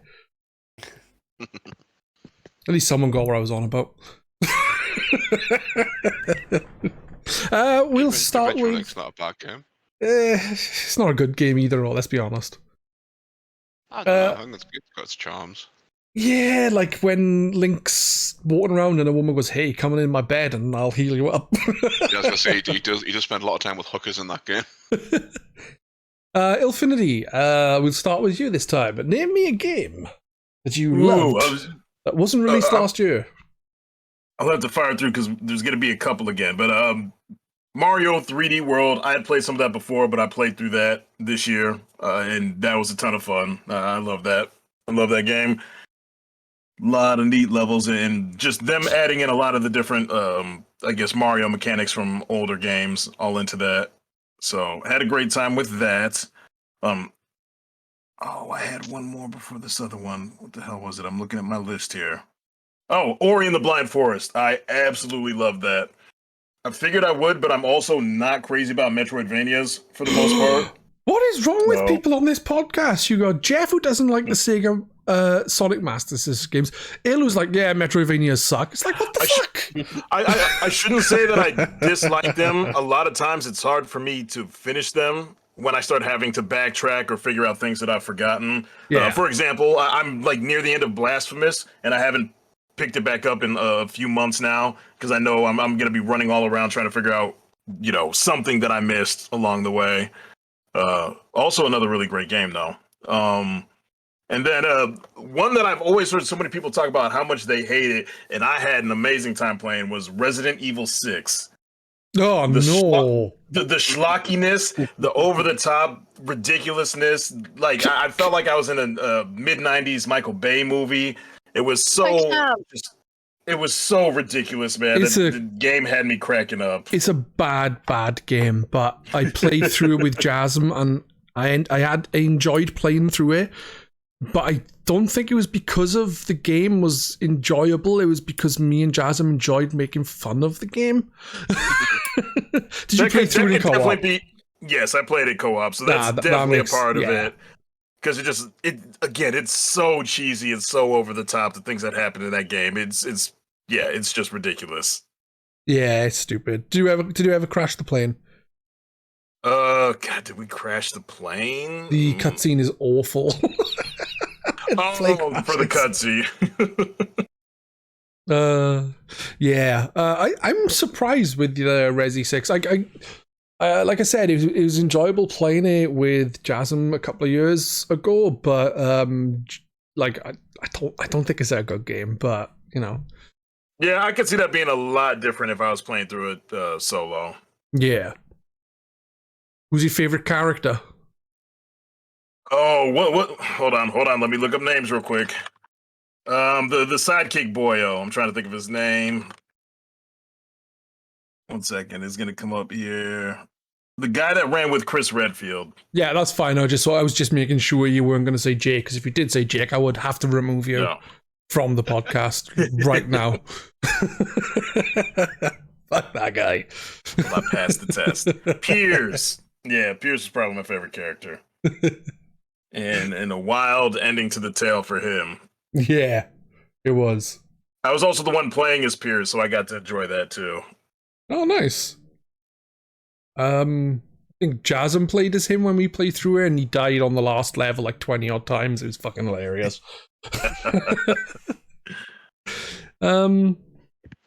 Prinny, tell me a game that you loved from last year that came out before last year. Oh, it was. I'm gonna go with Chrono Cross Oh, nice. because the remaster came out last year, and I never played the original. So, and I'd already like outraged the whole of Twitch because I didn't play Trigger before. So I just kind of went into this game not knowing why everyone was raging at me and why everyone hated it. So I played it blind, didn't care about the original game, and I really liked it. And I don't know, I think it was my top played game of the year actually because I'd done so many hours on it. So wait. Have you played Trigger at all? No, That's weird. see, Prinny. When I first started like emulating stuff, Chrono Trigger was one of the first like ROMs that I actually played through completely. this is the Yeah, thing. he I've got never- it. He got it from Sex and played it on the SNES. No, yeah, but we didn't have it. I mean, yeah, I don't have a working PC, so I would have never have got hold of it. Anyway, when I was younger, I'd never like it. Maybe it came before my time. I don't know. It's I just not a finished game it for I'd the have first heard time of. 10 days ago, so don't worry I about know. So this is the thing. I have seen people play it, but I didn't know there was a massive hype about it. I didn't know there was such a big like history behind it. It was like the penultimate JRPG that kind of made the genre so big. And so I played Chrono Cross, and apparently it was the failed sequel. But then I hear so many mixed reviews on it. I hear people say, "Oh, it's not really related. Oh, it is related. Oh, it's loosely related." And I'm like, "Well, who cares then? I'm just gonna play it, and if I like it, I like it." And I did. And everyone's like, "Yeah, but you change your opinion if you play Trigger." I was like, "Well, what if I liked both?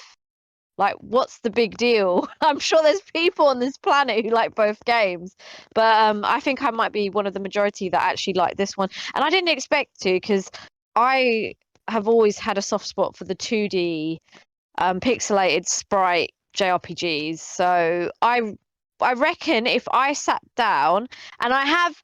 So Jeff's kindly lent me his OG copy for the DS. So I'm gonna sit down when I'm in the mood, do like bang out 5-6 hours per session and finish it. And I think I'll like it properly if I do it myself because watching people on stream doing it is always a different feel. And Yeah. Just a I heads think up. because everyone's been banging on about how amazing it is, I'm just like, yeah, I'm not gonna like playing it on stream. And anyway, I can't anyway. If you're gonna play Chrono Trigger in like 6-hour sessions, you'll probably finish it in like 2 or 3 sessions. Which is fine for me because For an RPG, it's very, very short, which is kind of what makes it. That's one of its really good points. It's not a huge undertaking to play it. so this takes me back to why I really like Chrono Cross. So I've put in 100 hours into that game. And a lot of people are like, what are you doing? And I was like, apparently I'm taking a long time to do dungeons, or I'm not actually purposely grinding. I'm not. There were a few bits where when I figured out to make boss fights easier, I needed certain elements. So I did a tiny bit of farming, but I really haven't. I've not done anything off stream or anything. Anything I've done is on stream, and I've enjoyed a moment of it, and it hasn't felt like a chore. And that's why, for me, I think this is like a really good game because you can collect up to 45 people, but you can only get 45 people after you've done one playthrough, so you have to do at least 2, and then there's like several endings. So for me, I'm quite excited to play it a second and a third time. Yeah, it's great. I'm excited about because I've just finished it now, and I mean it has been a long run.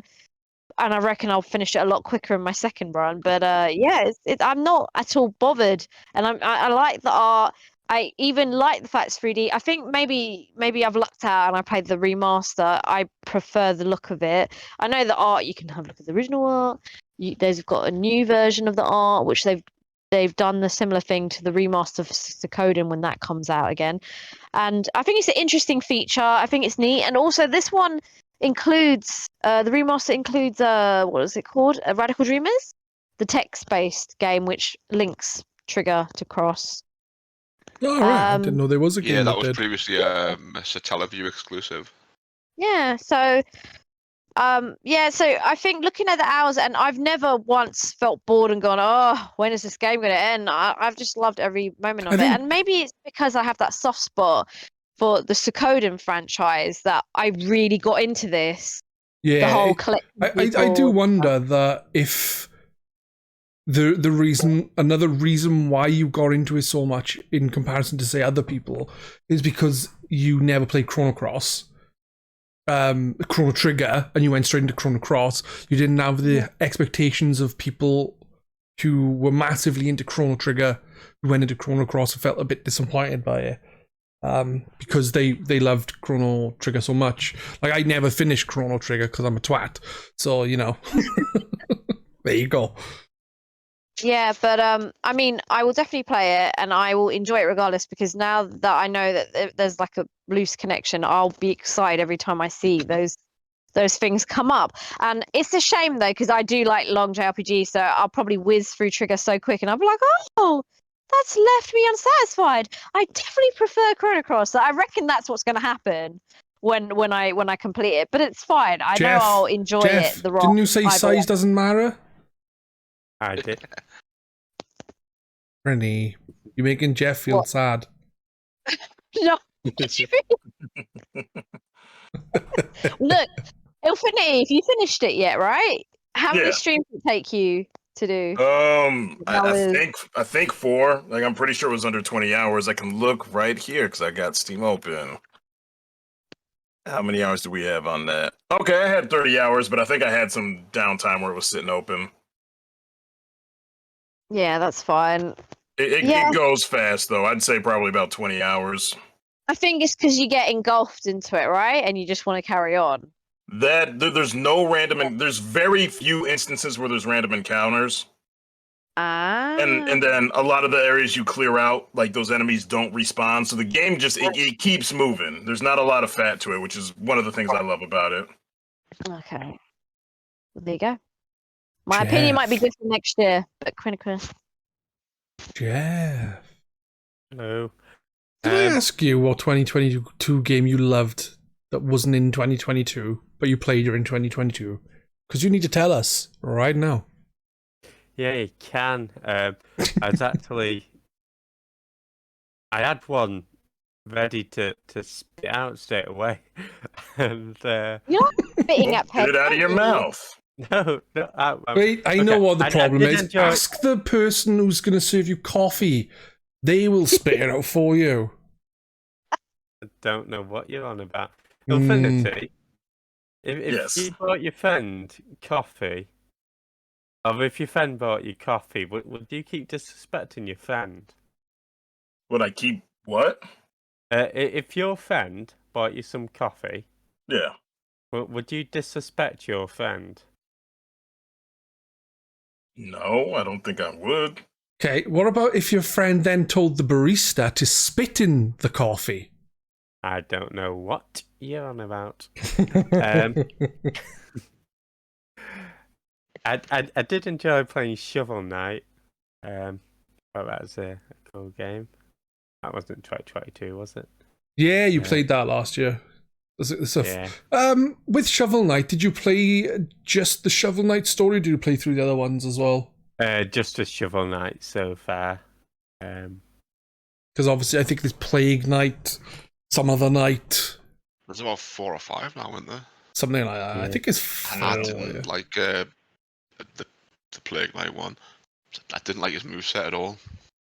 I've only played Shovel Knight. I've not played the other ones. But Shovel Knight's a good shout, Jeff. Which version did you play?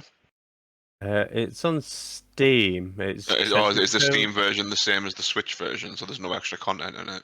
I have no idea. I think if you The bought Xbox it, version and the PlayStation version have extra content. the PC, I think if you bought it before, like the Treasure Trove or whatever it was called came out. So basically, if you bought it by a certain point, then every update with new content would be free. No, because If you what didn't- I mean is because the Xbox version has Battletoads in it. Ah, right. I And don't the think the PlayStation Steam version has does. Kratos. That's cool. Yeah, I don't think so. It's like a Okay. hidden area in each version where I think you unlock an exclusive costume, like an armor set. Oh, that's cool. Because I played the PlayStation version, so you unlock like a Kratos themed set of armor. Yeah, guessing from God of War, not Yeah. God of War. That's not confusing. Greek God of War, not Norse God of War. No, well that's the same character. No, I mean the armor. The armor is probably from the Greek version of I it. mean, it's That not makes much sense. different. Well, he probably got more fur on the Norse one. I haven't played it. He got a furry dick instead of a silky dick. It's kind of more like a That's white suit not of armor fake. with like a red sort of stripe down it, like kind of like it's more like Kratos' like color scheme. Ah, right, fair enough. Yeah, he And, starts out pretty much the same, and then he collects different shit. Yeah, and just a quick one. I did enjoy doing Final Fantasy X-2 last mission, which was sort of like Pokemon Mystery Dungeon. Bit of a strange gameplay style, but yeah, I enjoyed doing that. Is Mystery Dungeon is I can't remember, like random fucking Yeah, levels like in there Randomly and stuff. generated. Yeah, Yeah, that's the one, randomly procedurally generated generated. levels. It's like Yeah. Azure Dreams. And you get different items and job classes. It is a fun little mode. So is that like a side game that came with the collection, or Yeah, but it's so it was originally released in Japan only.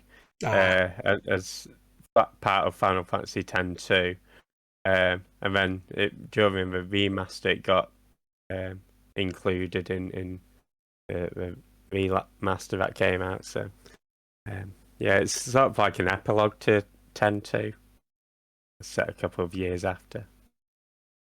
very different style of game then, because obviously Yeah. Pokemon Mystery Dungeon, because I think I've played a little bit of one of them. It's more kind of, I was gonna say like Diablo, but it's not like Diablo, is it? It's just like Roguelike. it's not fucking. It's not a typical JRPG in the combat. You don't go into random battles or what. No, it's a bit more like FIFA in a sense. I'm assuming. Also, when it's I a say sports Mystery Dungeon, game. It's like every time you move a direction, that's a turn. But everything on the map moves at the same time as you do. So like everything Yeah. else moves one square at the same time as you move. Is how it generally works. And then like to attack, you generally just bump into things. Yeah, so there's 80 floors. On each floor, you've got to find the elevator, but there's also different items. Like you can find different dress spheres to upgrade your job classes. You can find stuff that can combine with job spheres to level them up, and different items and stuff. Every time you move, the enemies move about, and then you can do like commands to attack, or which takes up a turn, or use a spell, stuff like that. That was a long mission. It was, but it was like almost an entire game, like a short game, but you know, I think maybe 6 hours ish. 6 hours of just crawling through a dungeon, killing shit. Yep. Pretty much.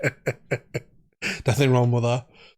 Out of the games here, I've not played any of them other than Infernax and Donut County. So, but no, they were the other Elden section Ring.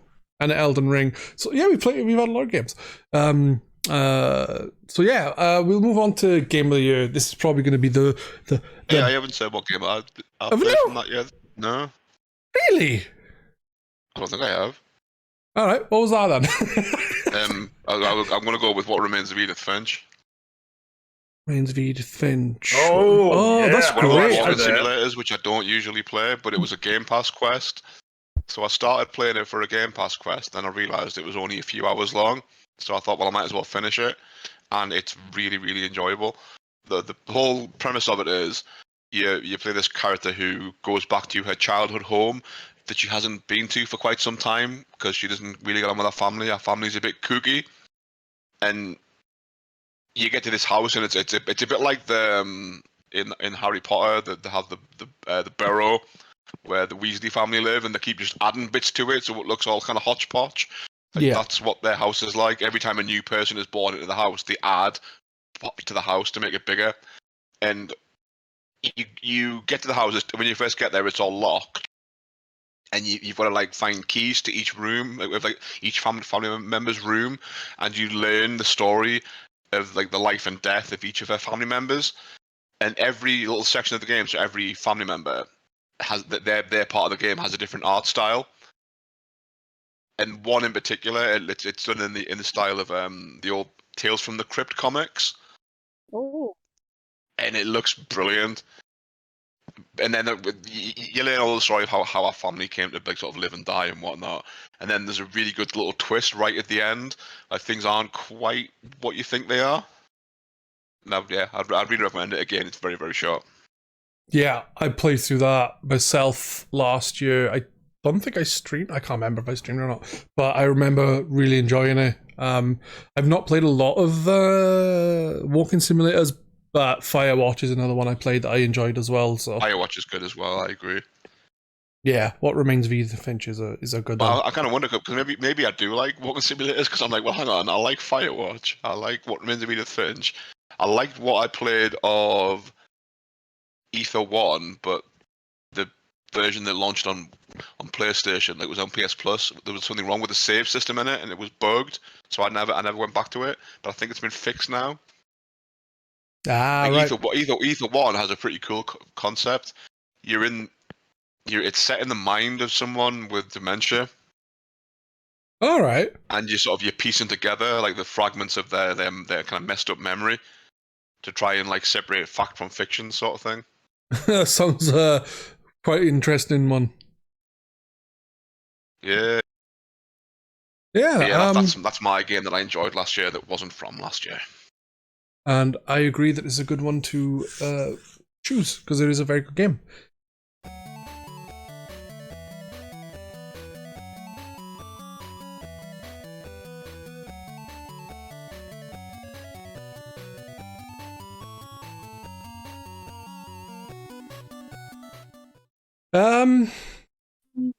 We'll move on then to Game of the Year. We will start. Who wants to go first? Who wants to tell me what their favourite game that was released in 2022, that they played in 2022, basically the Game of the Year for 2022? Who should we start with? Who wants to put their hand up? Remember, I can't see you. Okay, iLLfiNiTy. Go ahead. Go on then, dude. So the incredibly close second would have to be the Cuphead DLC. Though my only complaint is that I wish it was longer. I knew it wasn't going to be nearly as long as the main game, but I was a little sad that I was able to just knock that out in like the 4 or 5 hours or whatever it was. But still fantastic. I just wish there was more.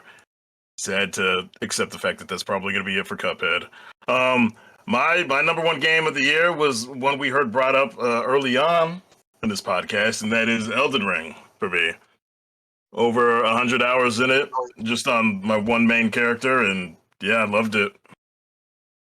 So what was it about Elden Ring that grabbed you? It reminded me of Jawas Ignis. I just recently got into Souls games. Like, my first Souls game ever was playing Demon Souls on PS5 towards the end of 21, and then finishing that like in early 22.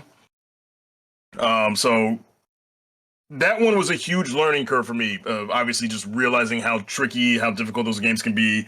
Having to block, because blocking is like never my favorite mechanic, or sneaking around in any game.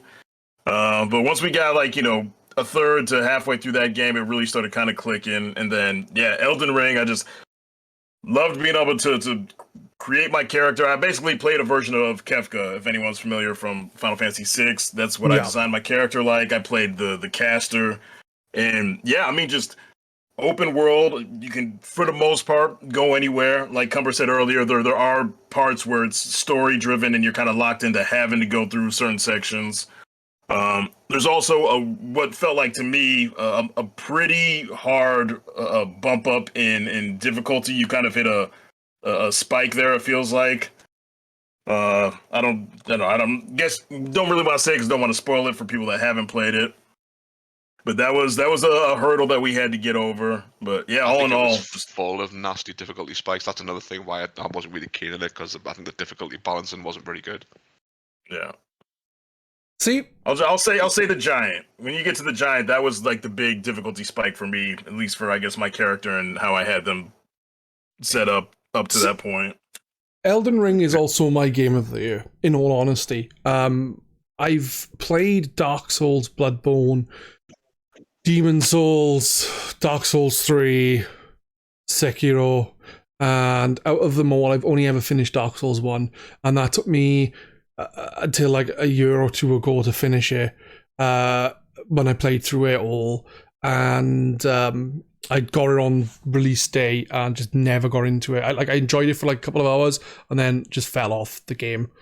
So Elden Ring, going into that after finishing like falling off every single other one apart from Dark Souls eventually, I really, really enjoyed the game. I agree with you that there are difficulty spikes, but I find that with the games, it's like, it's weird.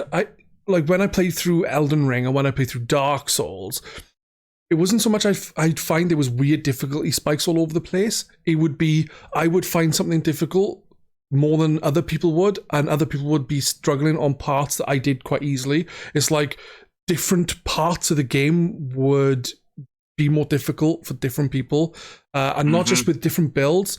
Like when I play through Dark Souls, for example, I know I'm talking about Dark Souls, not Elden Ring.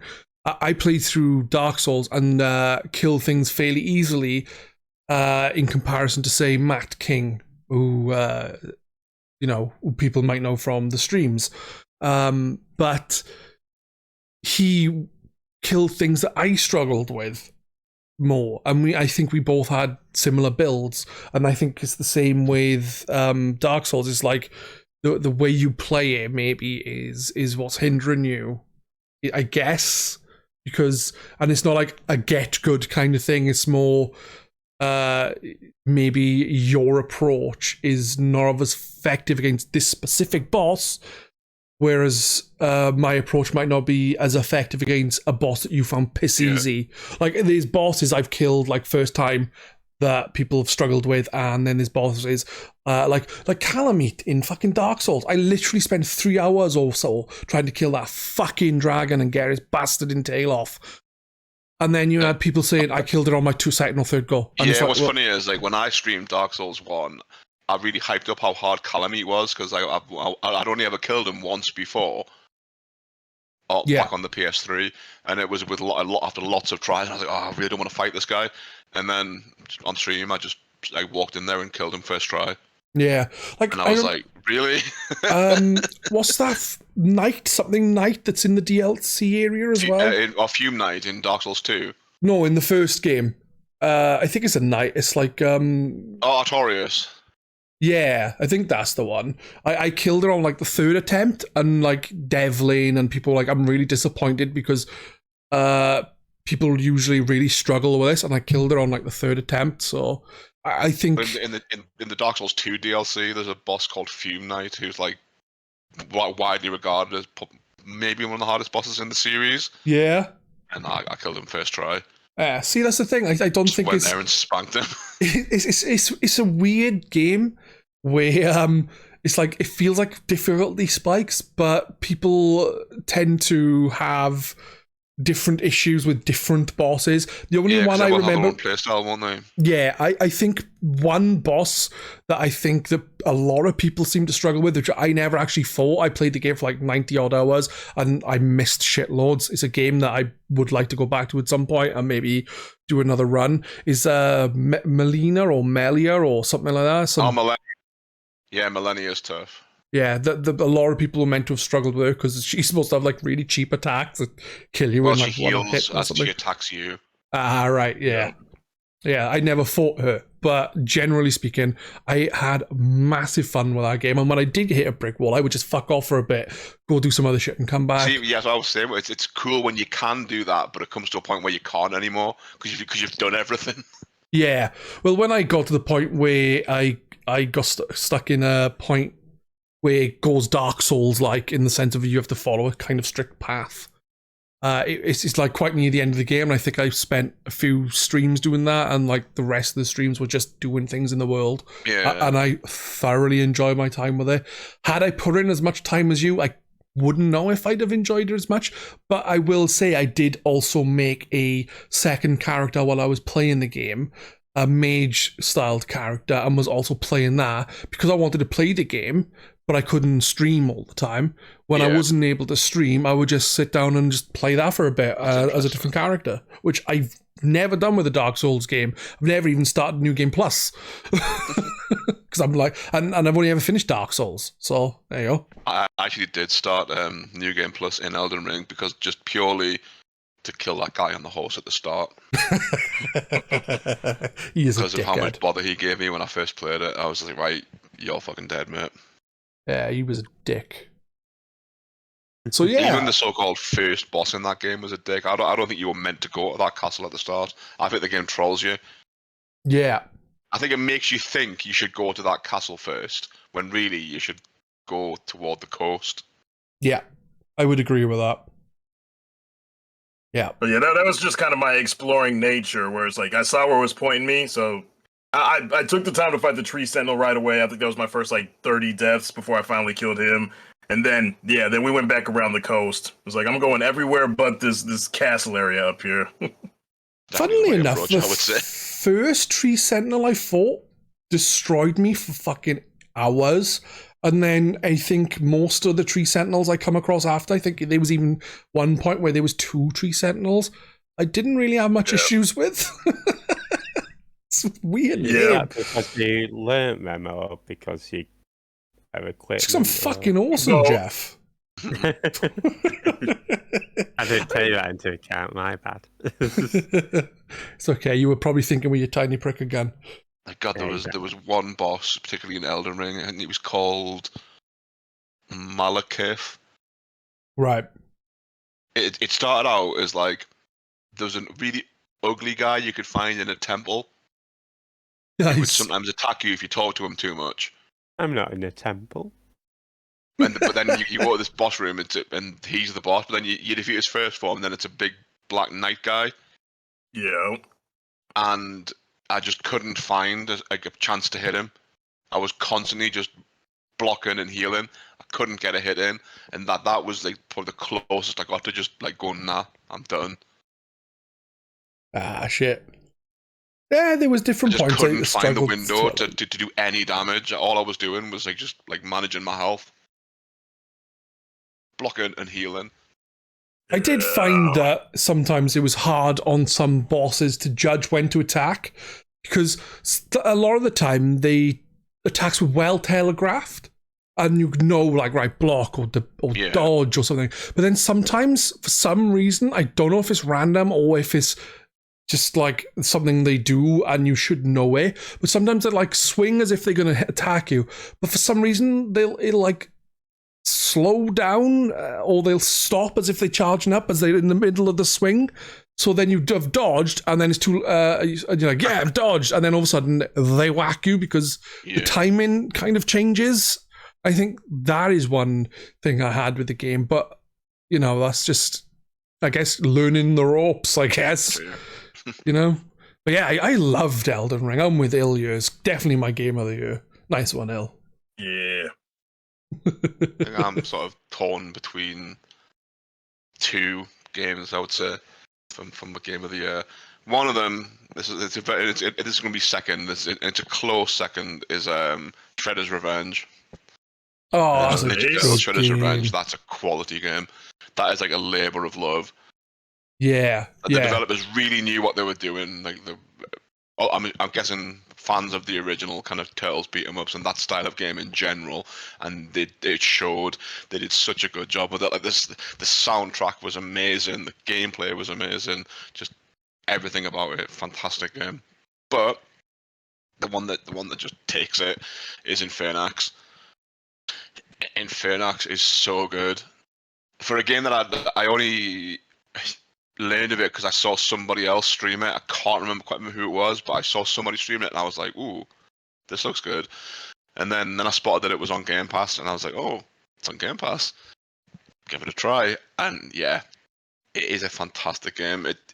The way I describe it is it's like Zelda 2 and Castlevania 2 had a baby, only it came out as a good game.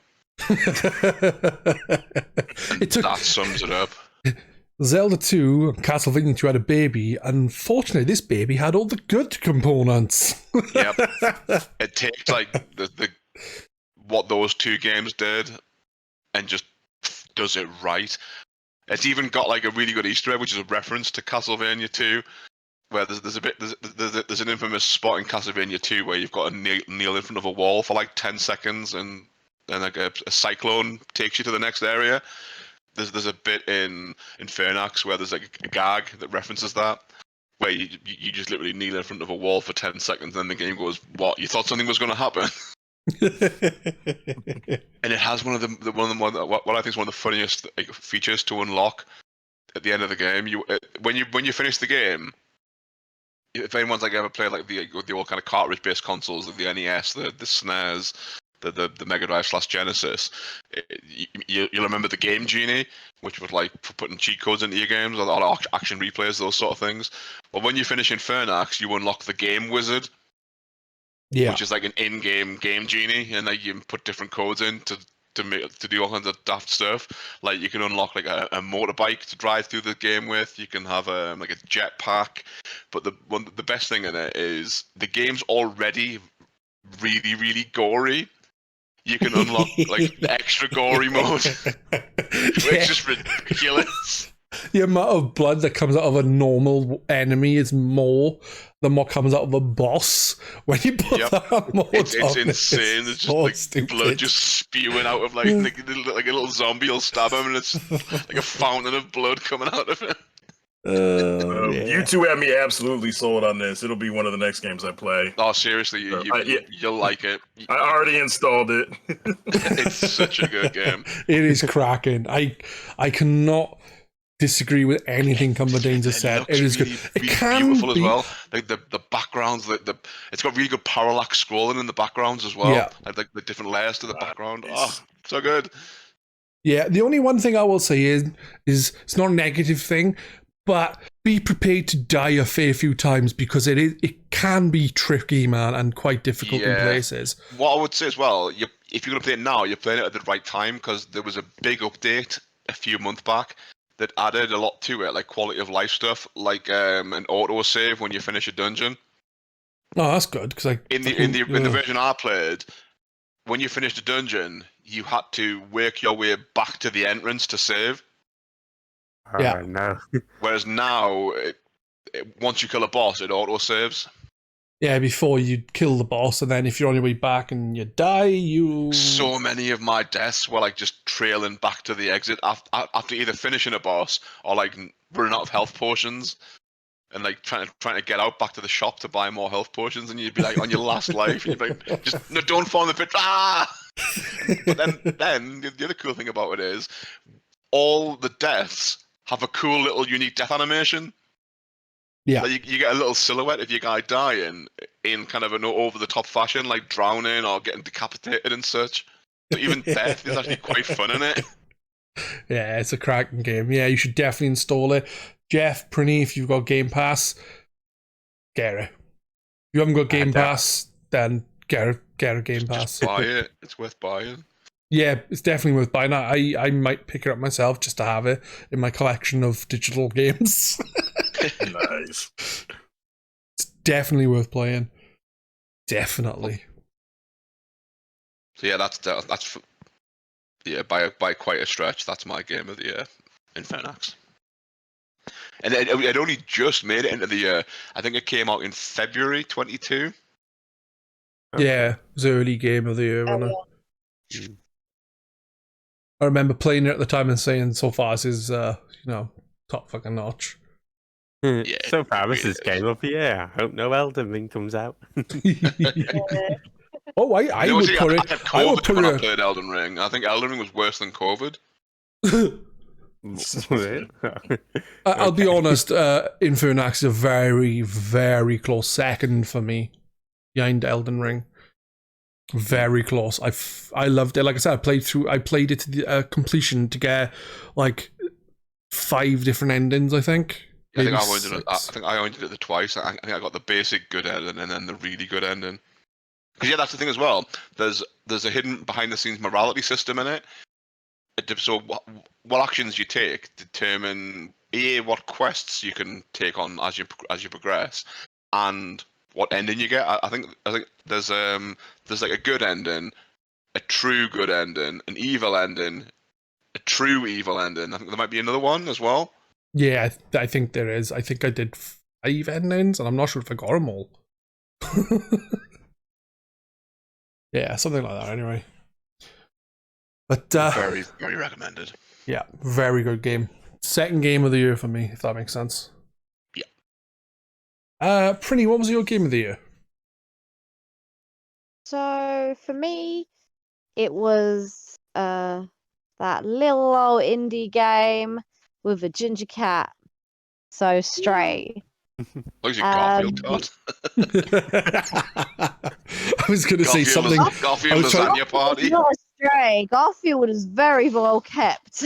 I was trying to think of a game with a ginger person in it, so I got to make a joke about a ginger cat, but I couldn't think of one. That Star Wars game has got a ginger person in it. Yeah, but you haven't got a cat, I don't think. He's got a robot. It could be a cat.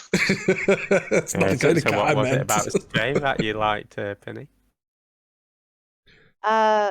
So I already, funny enough, another streamer, Tomoxy, had showed me the trailer. I was like, oh my god, this is the next best game. And I was like, whoa, what the hell? So the fact that it was in a futuristic setting, no humans are left, and it's just the robots carrying on their life, but there's just this random cat running around the town. And so from the first moment you play it, you're with your crew, and then you get lost and you're kind of running really fast and you're trying to avoid like falling down. And then at first it's just, you're kind of like being just a normal cat, and then other things come and interfere. And then you start to realize that meowing, the language, was actually quite handy in the game. So every like kitty thing you would do was useful. There's even sleeping for over several hours where you just leave the cat on the sleep mode and just leave the controller. So it was just really quite fluid, and a lot of the gameplay, there was puzzles to be done, the running around parts, looking at nature was really pretty. Speaking to the robots, like you can activate those different conversations. You can also encourage, there's one specific character which plays the guitar, and you can find different like music sheets and get him to play bits, and then the cat would just randomly start purring along or just sit with him and stuff like that. So I really like that it was very true to an actual animal, because I've played loads of different games like Tokyo Jungle and stuff like that. So this was like a whole new level like of closeness to like a cat. What was another thing that I really liked about it? He finds a little friend later on that helps him out, and then he gets kitted out with a weapon. That I didn't expect to happen. So you go from just beeline reflexes to don't know what's going on, just run and hide to I've got a gun now. Good pencil back. But it was just really fun because the way I find it is if it's a bit too hard, like for example Elden Ring, and I know that's something that a lot of people love, the fact that it's so ridiculously hard. What I liked about Stray was you could just fluidly just play the game, and most of the hard part was figuring out the puzzles and putting it together. Otherwise, you could just play the game, and it was quite a short game, right? Because I know Pedz played it as well. Yeah. Yeah, I did too. Oh, you played it as well, yeah. So that's what I mean. It's quite a quick game, but the thing was, it was such an enjoyable game. You replayed it, you wanted to play it more, and then look at different aspects of it, or unlock all the trophies and stuff. And it didn't feel like a chore either. I only played it once through, but like I don't even know, is there more than one ending? But I would probably play it again, even if it is the same ending, because it was just a fun ride. And you got to be a cat. You got to straight up knock things off people's counters. Like, you could be a real dick in that game. It was great. Yeah, there's a bit where you could just hit stuff, and there's no reason to, just because you're a cat. Yeah. Did you find the one dude that you could actually trip up and make him fall down that was walking through the city? Oh yeah, I like that one. Yeah. And then there was another bit where you were, oh god, that was really funny. And then there was a bit where there's paint on the ceiling, and then I was just doing it for shits and giggles, but that was part of the story to drop the paint on one of the robots. Yeah. And then he looks up, but you move out of the way, and then he looks at the other robots, and they're like, oh. Yeah. Yeah. That's so fun. Yeah. And the musician, there were some really cool songs for that too. The music you found. Yeah, it was really fun. So it was actually quite grim, like some of the storyline bits between the robots. But then there was some really, really cute and like very emotional moments as well. And it was like, oh, like real. Well, apart from they make noises and stuff, like there's no talking or anything. It's just kind of almost like mind reading. Yeah. Yeah, I played Stray. I did a review for it actually, as well, and I really enjoyed it. Really good game. Again, is up there in the like games of the year kind of thing for me. It's fucking awesome. Definitely worth playing for those who haven't. But yeah, I really enjoyed it. From start to end, to be honest. Yeah. And you can now get a physical copy. Before it was impossible to get it one, but yeah. And worth the wait as well, because they kept pushing the date back. Have you played Stray at all then, Jeff? I've not played Stray. I've seen streams of it. Not played it. Nah, fair enough. What about you, Cumberdanes? Because I saw on PlayStation Plus. I've not played it. It does look fun though. But what I have heard, a bit of a criticism from the people that have made with it is you can't be enough of a cat. What do you mean? I don't know. I think people say there's like not enough freedom to it. You can't just kind of I think people were maybe expecting more from it. That you could that people were expecting maybe because you're a cat you could just cause a bit more mayhem, and it's all a bit linear. It is a linear game for the most part. There is like branching off to look for little collectibles and things like that. Yeah.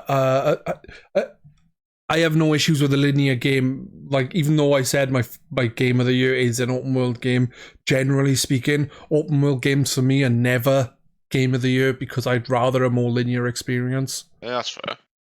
So yeah, I'd have to agree with that. Like, I usually don't want my game to be a 60+ hour game. What about Jeff? What did Jeff rate his game of the year? So I really didn't play many games in 2022 that were released in 2022. I do have one. It was Freedom Planet 2, so I think that's it by default. There was Red Out 2 as well, but I've not played too much of that. But did really like Red Out 1, so I'd have to get into more Red Out 2. But yeah, I guess by default, it's Freedom Planet 2. Okay, that was up there for me too.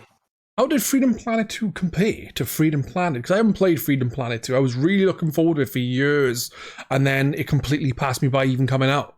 But I really enjoyed Freedom Planet. I did think, like the original Freedom Planet, not 2. I did think the levels were a bit long in the sense of they could have been maybe split into like 3 levels instead of 2 or something, because they're very, very long levels. Yeah. What's 2 like? So you're still getting long levels in 2 and more of them, but instead of them being split into 2 acts, it's sort of just one long act. Okay. But and the bosses are put into separate levels as well, or at least the main bosses. So there's no just like one separate boss level every so often. But yeah, I think overall I did prefer it to Freedom Planet. It sort of freshened up gameplay, added more, I guess, combat mechanics. Oh, nice. Yeah. And yeah, Is it got as many stages difficulty look spikes? Because personally, love Freedom Planet, but fuck me with some of the bosses really fucking hard. yeah, compared to cause Freedom Planet 1, the bosses were horrendously difficult, especially the last one. Nothing on the same. There were a few bosses where I did find it tough, but I think because you can sort of get items and equip them, like you can have one that increases your shield or stuff like that, so that really helps with difficulty as well. Oh, nice. And you can get potions and stuff to that give you boosts and Yeah, you basically get like 3 parts to the potion, so you could have like different abilities you think would fit for your play style. It was really neat. I thought that was cool. Is there more playable characters in this then? Because in the first one, there's like 3 or 4. there's 3 in the first one. There's 4 in the second. So it's got the Lilac the dragon, Carol the cat, and Mila the dog. And then there's also the panda Nera, who was a boss in the first game, but she's playable in this game. Does that weird alien duck guy ever come back, and is he playable? Because he was maybe playable in the first one, wasn't he? Yeah, he was supposed to be playable. He was a Kickstarter stretch goal, but we never got him implemented in the end. Bastards. Well, I thought what good with that was, whereas like the first one, I've not played either of them, but like, from what I've seen of the first one and that one, the first one looks more like a straight up Sonic clone, whereas the second one looks more like a treasure game. Yeah, which kind of puts me off because I don't get on with treasure games. It's one of my kind of really hot takes on video games. I think Treasure are a bit of an overrated developer. Is it Treasure make Gunstar Heroes? Yeah. Yeah, that's fucking awesome. What about their other game? I love Gunstar Heroes. Fucking, it's one game. It's probably the only game that I've played every year since I was about 18. There's only one, maybe 2 games by Treasure that I would say I've played and really enjoyed. One of them was Astro Boy Omega Factor on GBA, and the other one being Wario World on the GameCube. I just don't get on with Treasure's games.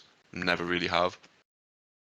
Like stuff like Alien Soldier, Dynamite Heady, Gunstar Heroes. I like Ikaruga, actually. That's maybe another one. Did they do Guardian Heroes? Yeah, I don't like Guardian Heroes either. I'm not really familiar with it. I just know a lot of people like it. I've got it for the 360. I played through it with a friend years ago. Oh, I've got it for the 360. I played like a level or 2. I'm unfamiliar with it after that. I wasn't keen on Radiant Silver Gun. I've not played Mischief Makers. I'm not keen on Bangayo. But yeah, never got on with Treasure. Yeah. But you might get on with this, because it's not an actual Treasure game. It's not, but it does look a heck of a lot like one. It looks like they were trying quite hard for that aesthetic, I think. Yeah, because I think we've brought in new artists for Freedom Planet 2. Yeah, I really enjoyed it. And as as you said, I sort of forgot it's been released until sort of randomly got sort of announced as like, oh yeah, that's due out. I didn't even know it was out. The reason why I knew it came out is because I popped into iLLstream and he was playing it, and I was like, oh shit, this is the second one that I didn't realize was out. I better look.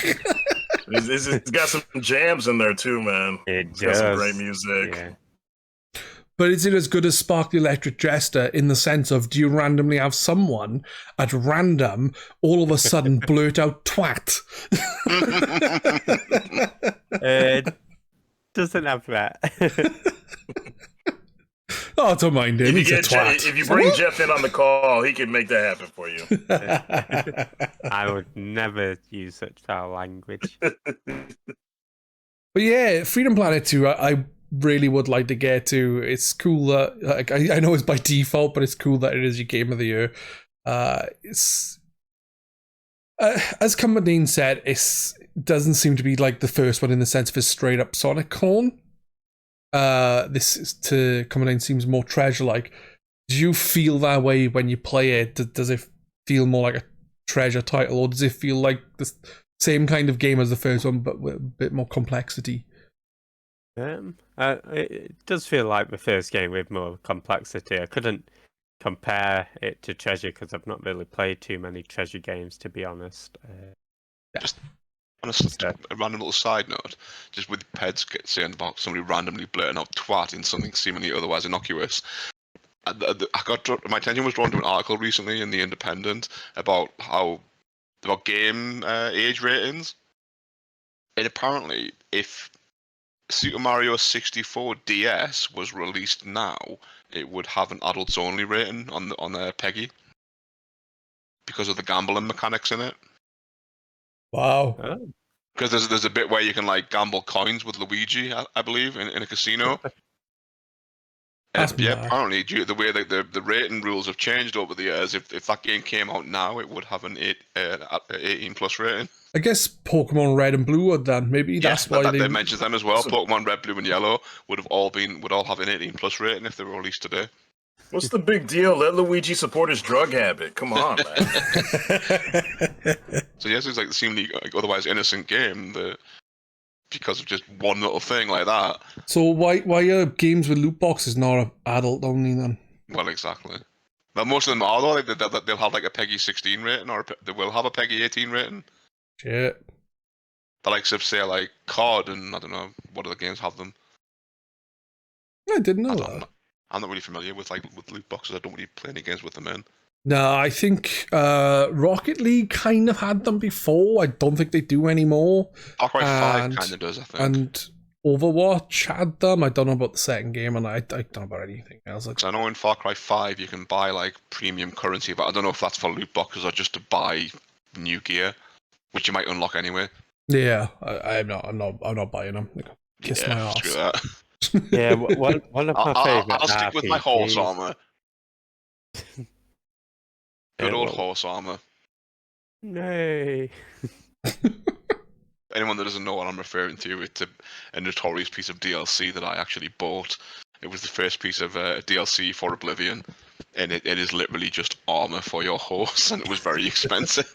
Yeah, Cumberdanes is the reason why we have microtransactions. It was like a £6.95 piece of DLC, and it's just armor for your horse.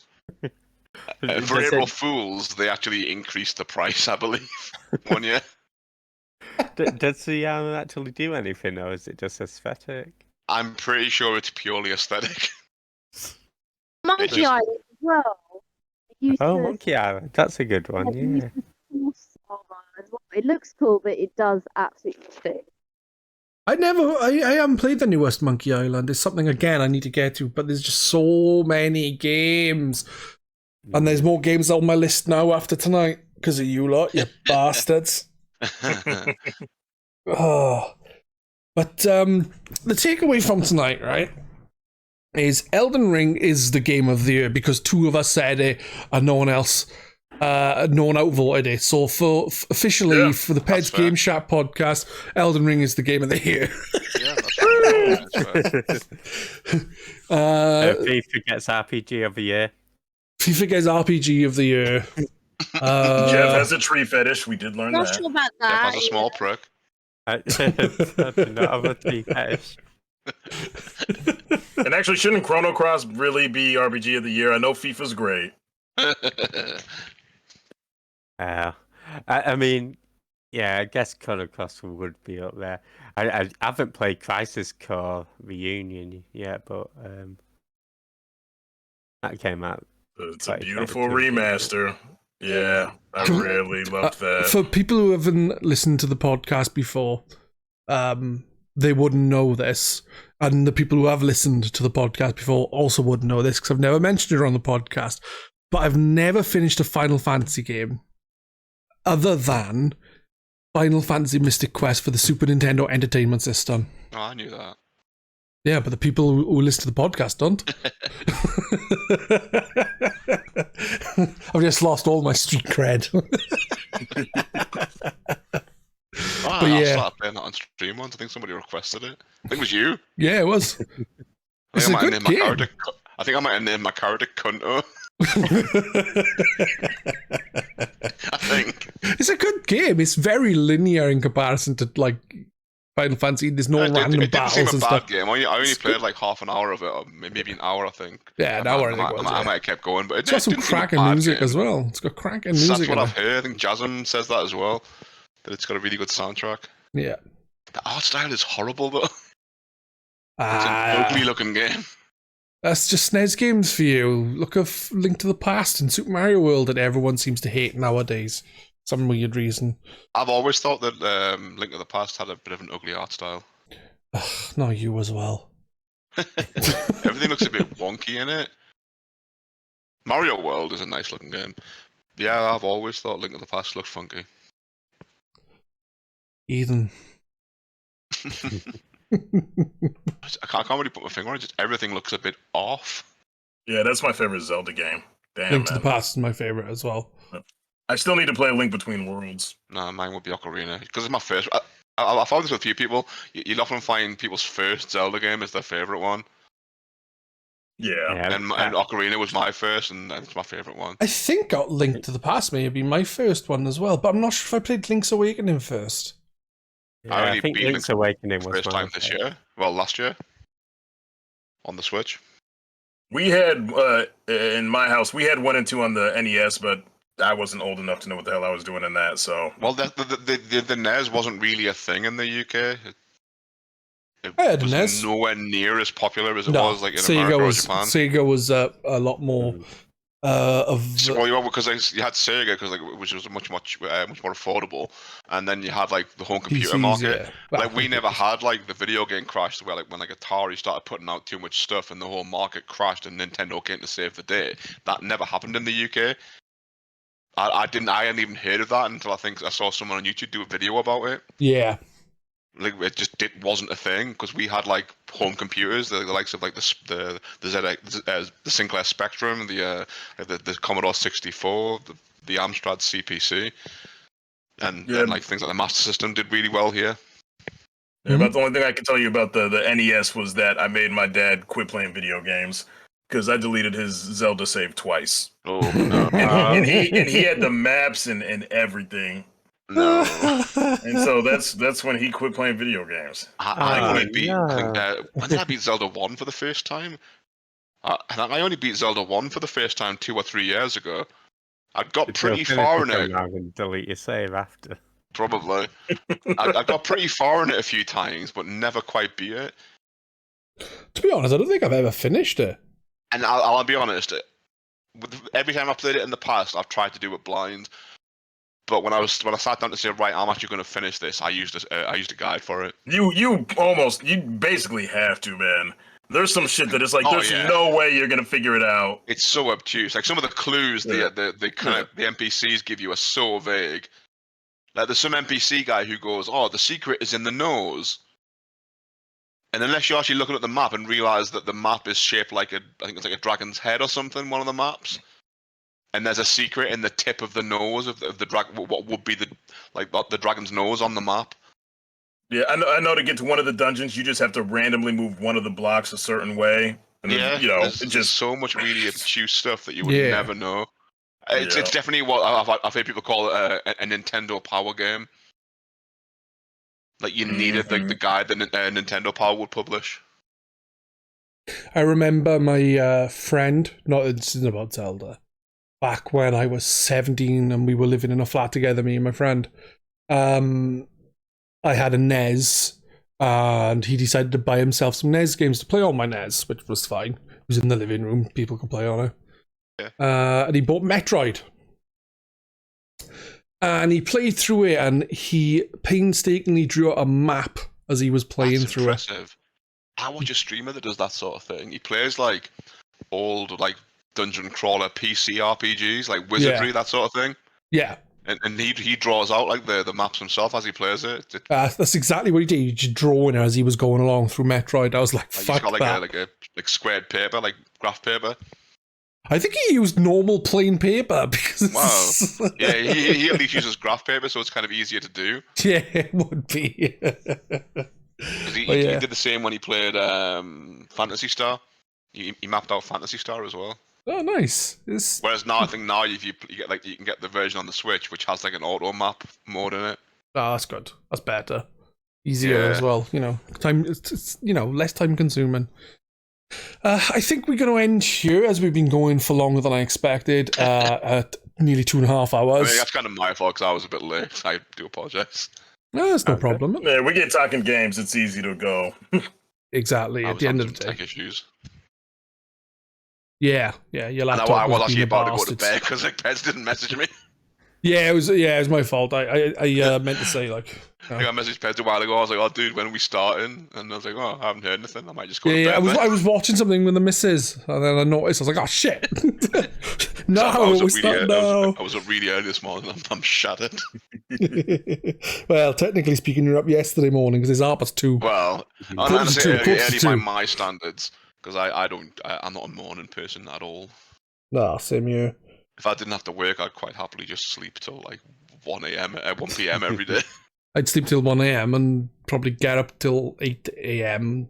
and then go back to bed. And I'm gonna say p.m. Like I would quite happily sleep till after lunchtime. I used to and then enjoy like going out. Like when I used to hang around with my friends, we used to hang around in the nights and we'd like go to bed in the day, go out in the night. When it was fucking quiet and you could like walk up the roads because there'd be no cars or people. It's great. See, I used to think when I used to like go out, I got to like bars and clubs and stuff like a few years back. I used to think nothing of like walking home or like on my own at like 2, 3, 4 o'clock in the morning, and it was just what you did.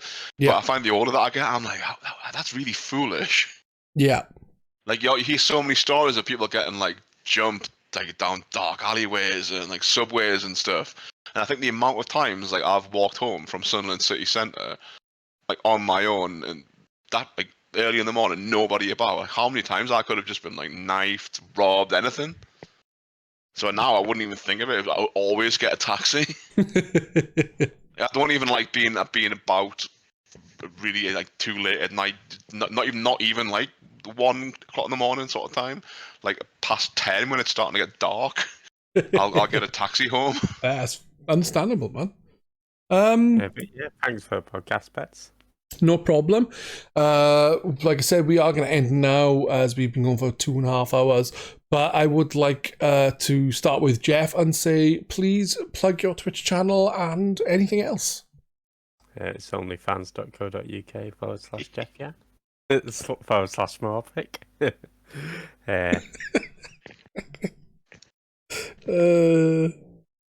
It's actually twitch.tv/Jeffyard. Thanks. Prinny, have you got anything you would like to plug? Twitch channel, YouTube channel? So off the top of my head, my Twitch is twitch.tv/doomed_Prinny. I do have a YouTube. I've got like a few like random interviews with like voice actors and Dr. Eggman Ooh. and stuff like that. If you What, just Jim Carrey? no, the voice actor. Michael Pollock. Yeah, I was one for Jim Carrey. I would have said Jim Carrey then. She turned him down. He doesn't. He's like retired anyway. He only does Sonic now. That's it. Done Yeah. for his kids. Which is good. That means he's going to come back for the next Sonic, which is great. Yeah. So yeah, you can find my link to my YouTube through my Twitter. My Twitter is twitter.com/Hades_Kitty, and that's me. iLLfiNiTy, plug away, dude. Twitch.tv/iLLfiNiTy, iLLfiNiTy. And I've got some music out there, so basically any of the digital platforms, if you search iLLfiNiTy, it should show up. Spotify, Pandora, Apple Music, Amazon Music, like any of that stuff. So, yeah. Thanks so much for having me. Yeah, no problem. Cumberdanes, plug away, dude. Nice and similar with me. Everything's Cumberdanes. We've got Twitch channel, twitch.tv/Cumberdanes. I'm on Twitter @Cumberdanes, or feel free to add me on PSN or Xbox Live, also Cumberdanes. That's it then. Thank you all for taking part. It's been a pleasure chatting with you. It's actually been a very good laugh. And quite insightful into how you lot think, especially about Jeff Smallprick. Sorry, I couldn't resist bringing up one last time. But yeah, thanks everyone for taking part. It's been a pleasure, as always, speaking with you. And also, iLLfiNiTy is the first time on here, so thank you very much. Yeah, would love to do it again anytime. Yeah, definitely, man. Yeah, definitely. The format is usually different, though. Normally it's like 3 sections that are like talking about playing games, then talking about some news, then talking about a very specific game that's picked specifically for the podcast to play and talk about. So Nice. Sounds good. yeah, I would, like I said, thanks again. We will be back in a fortnight. And that's it. Unless anyone wants to add anything themselves. I am not a leaf. Bye, guys. He's a done camel. with leaves now. Done. Bye-bye, everyone. Bye.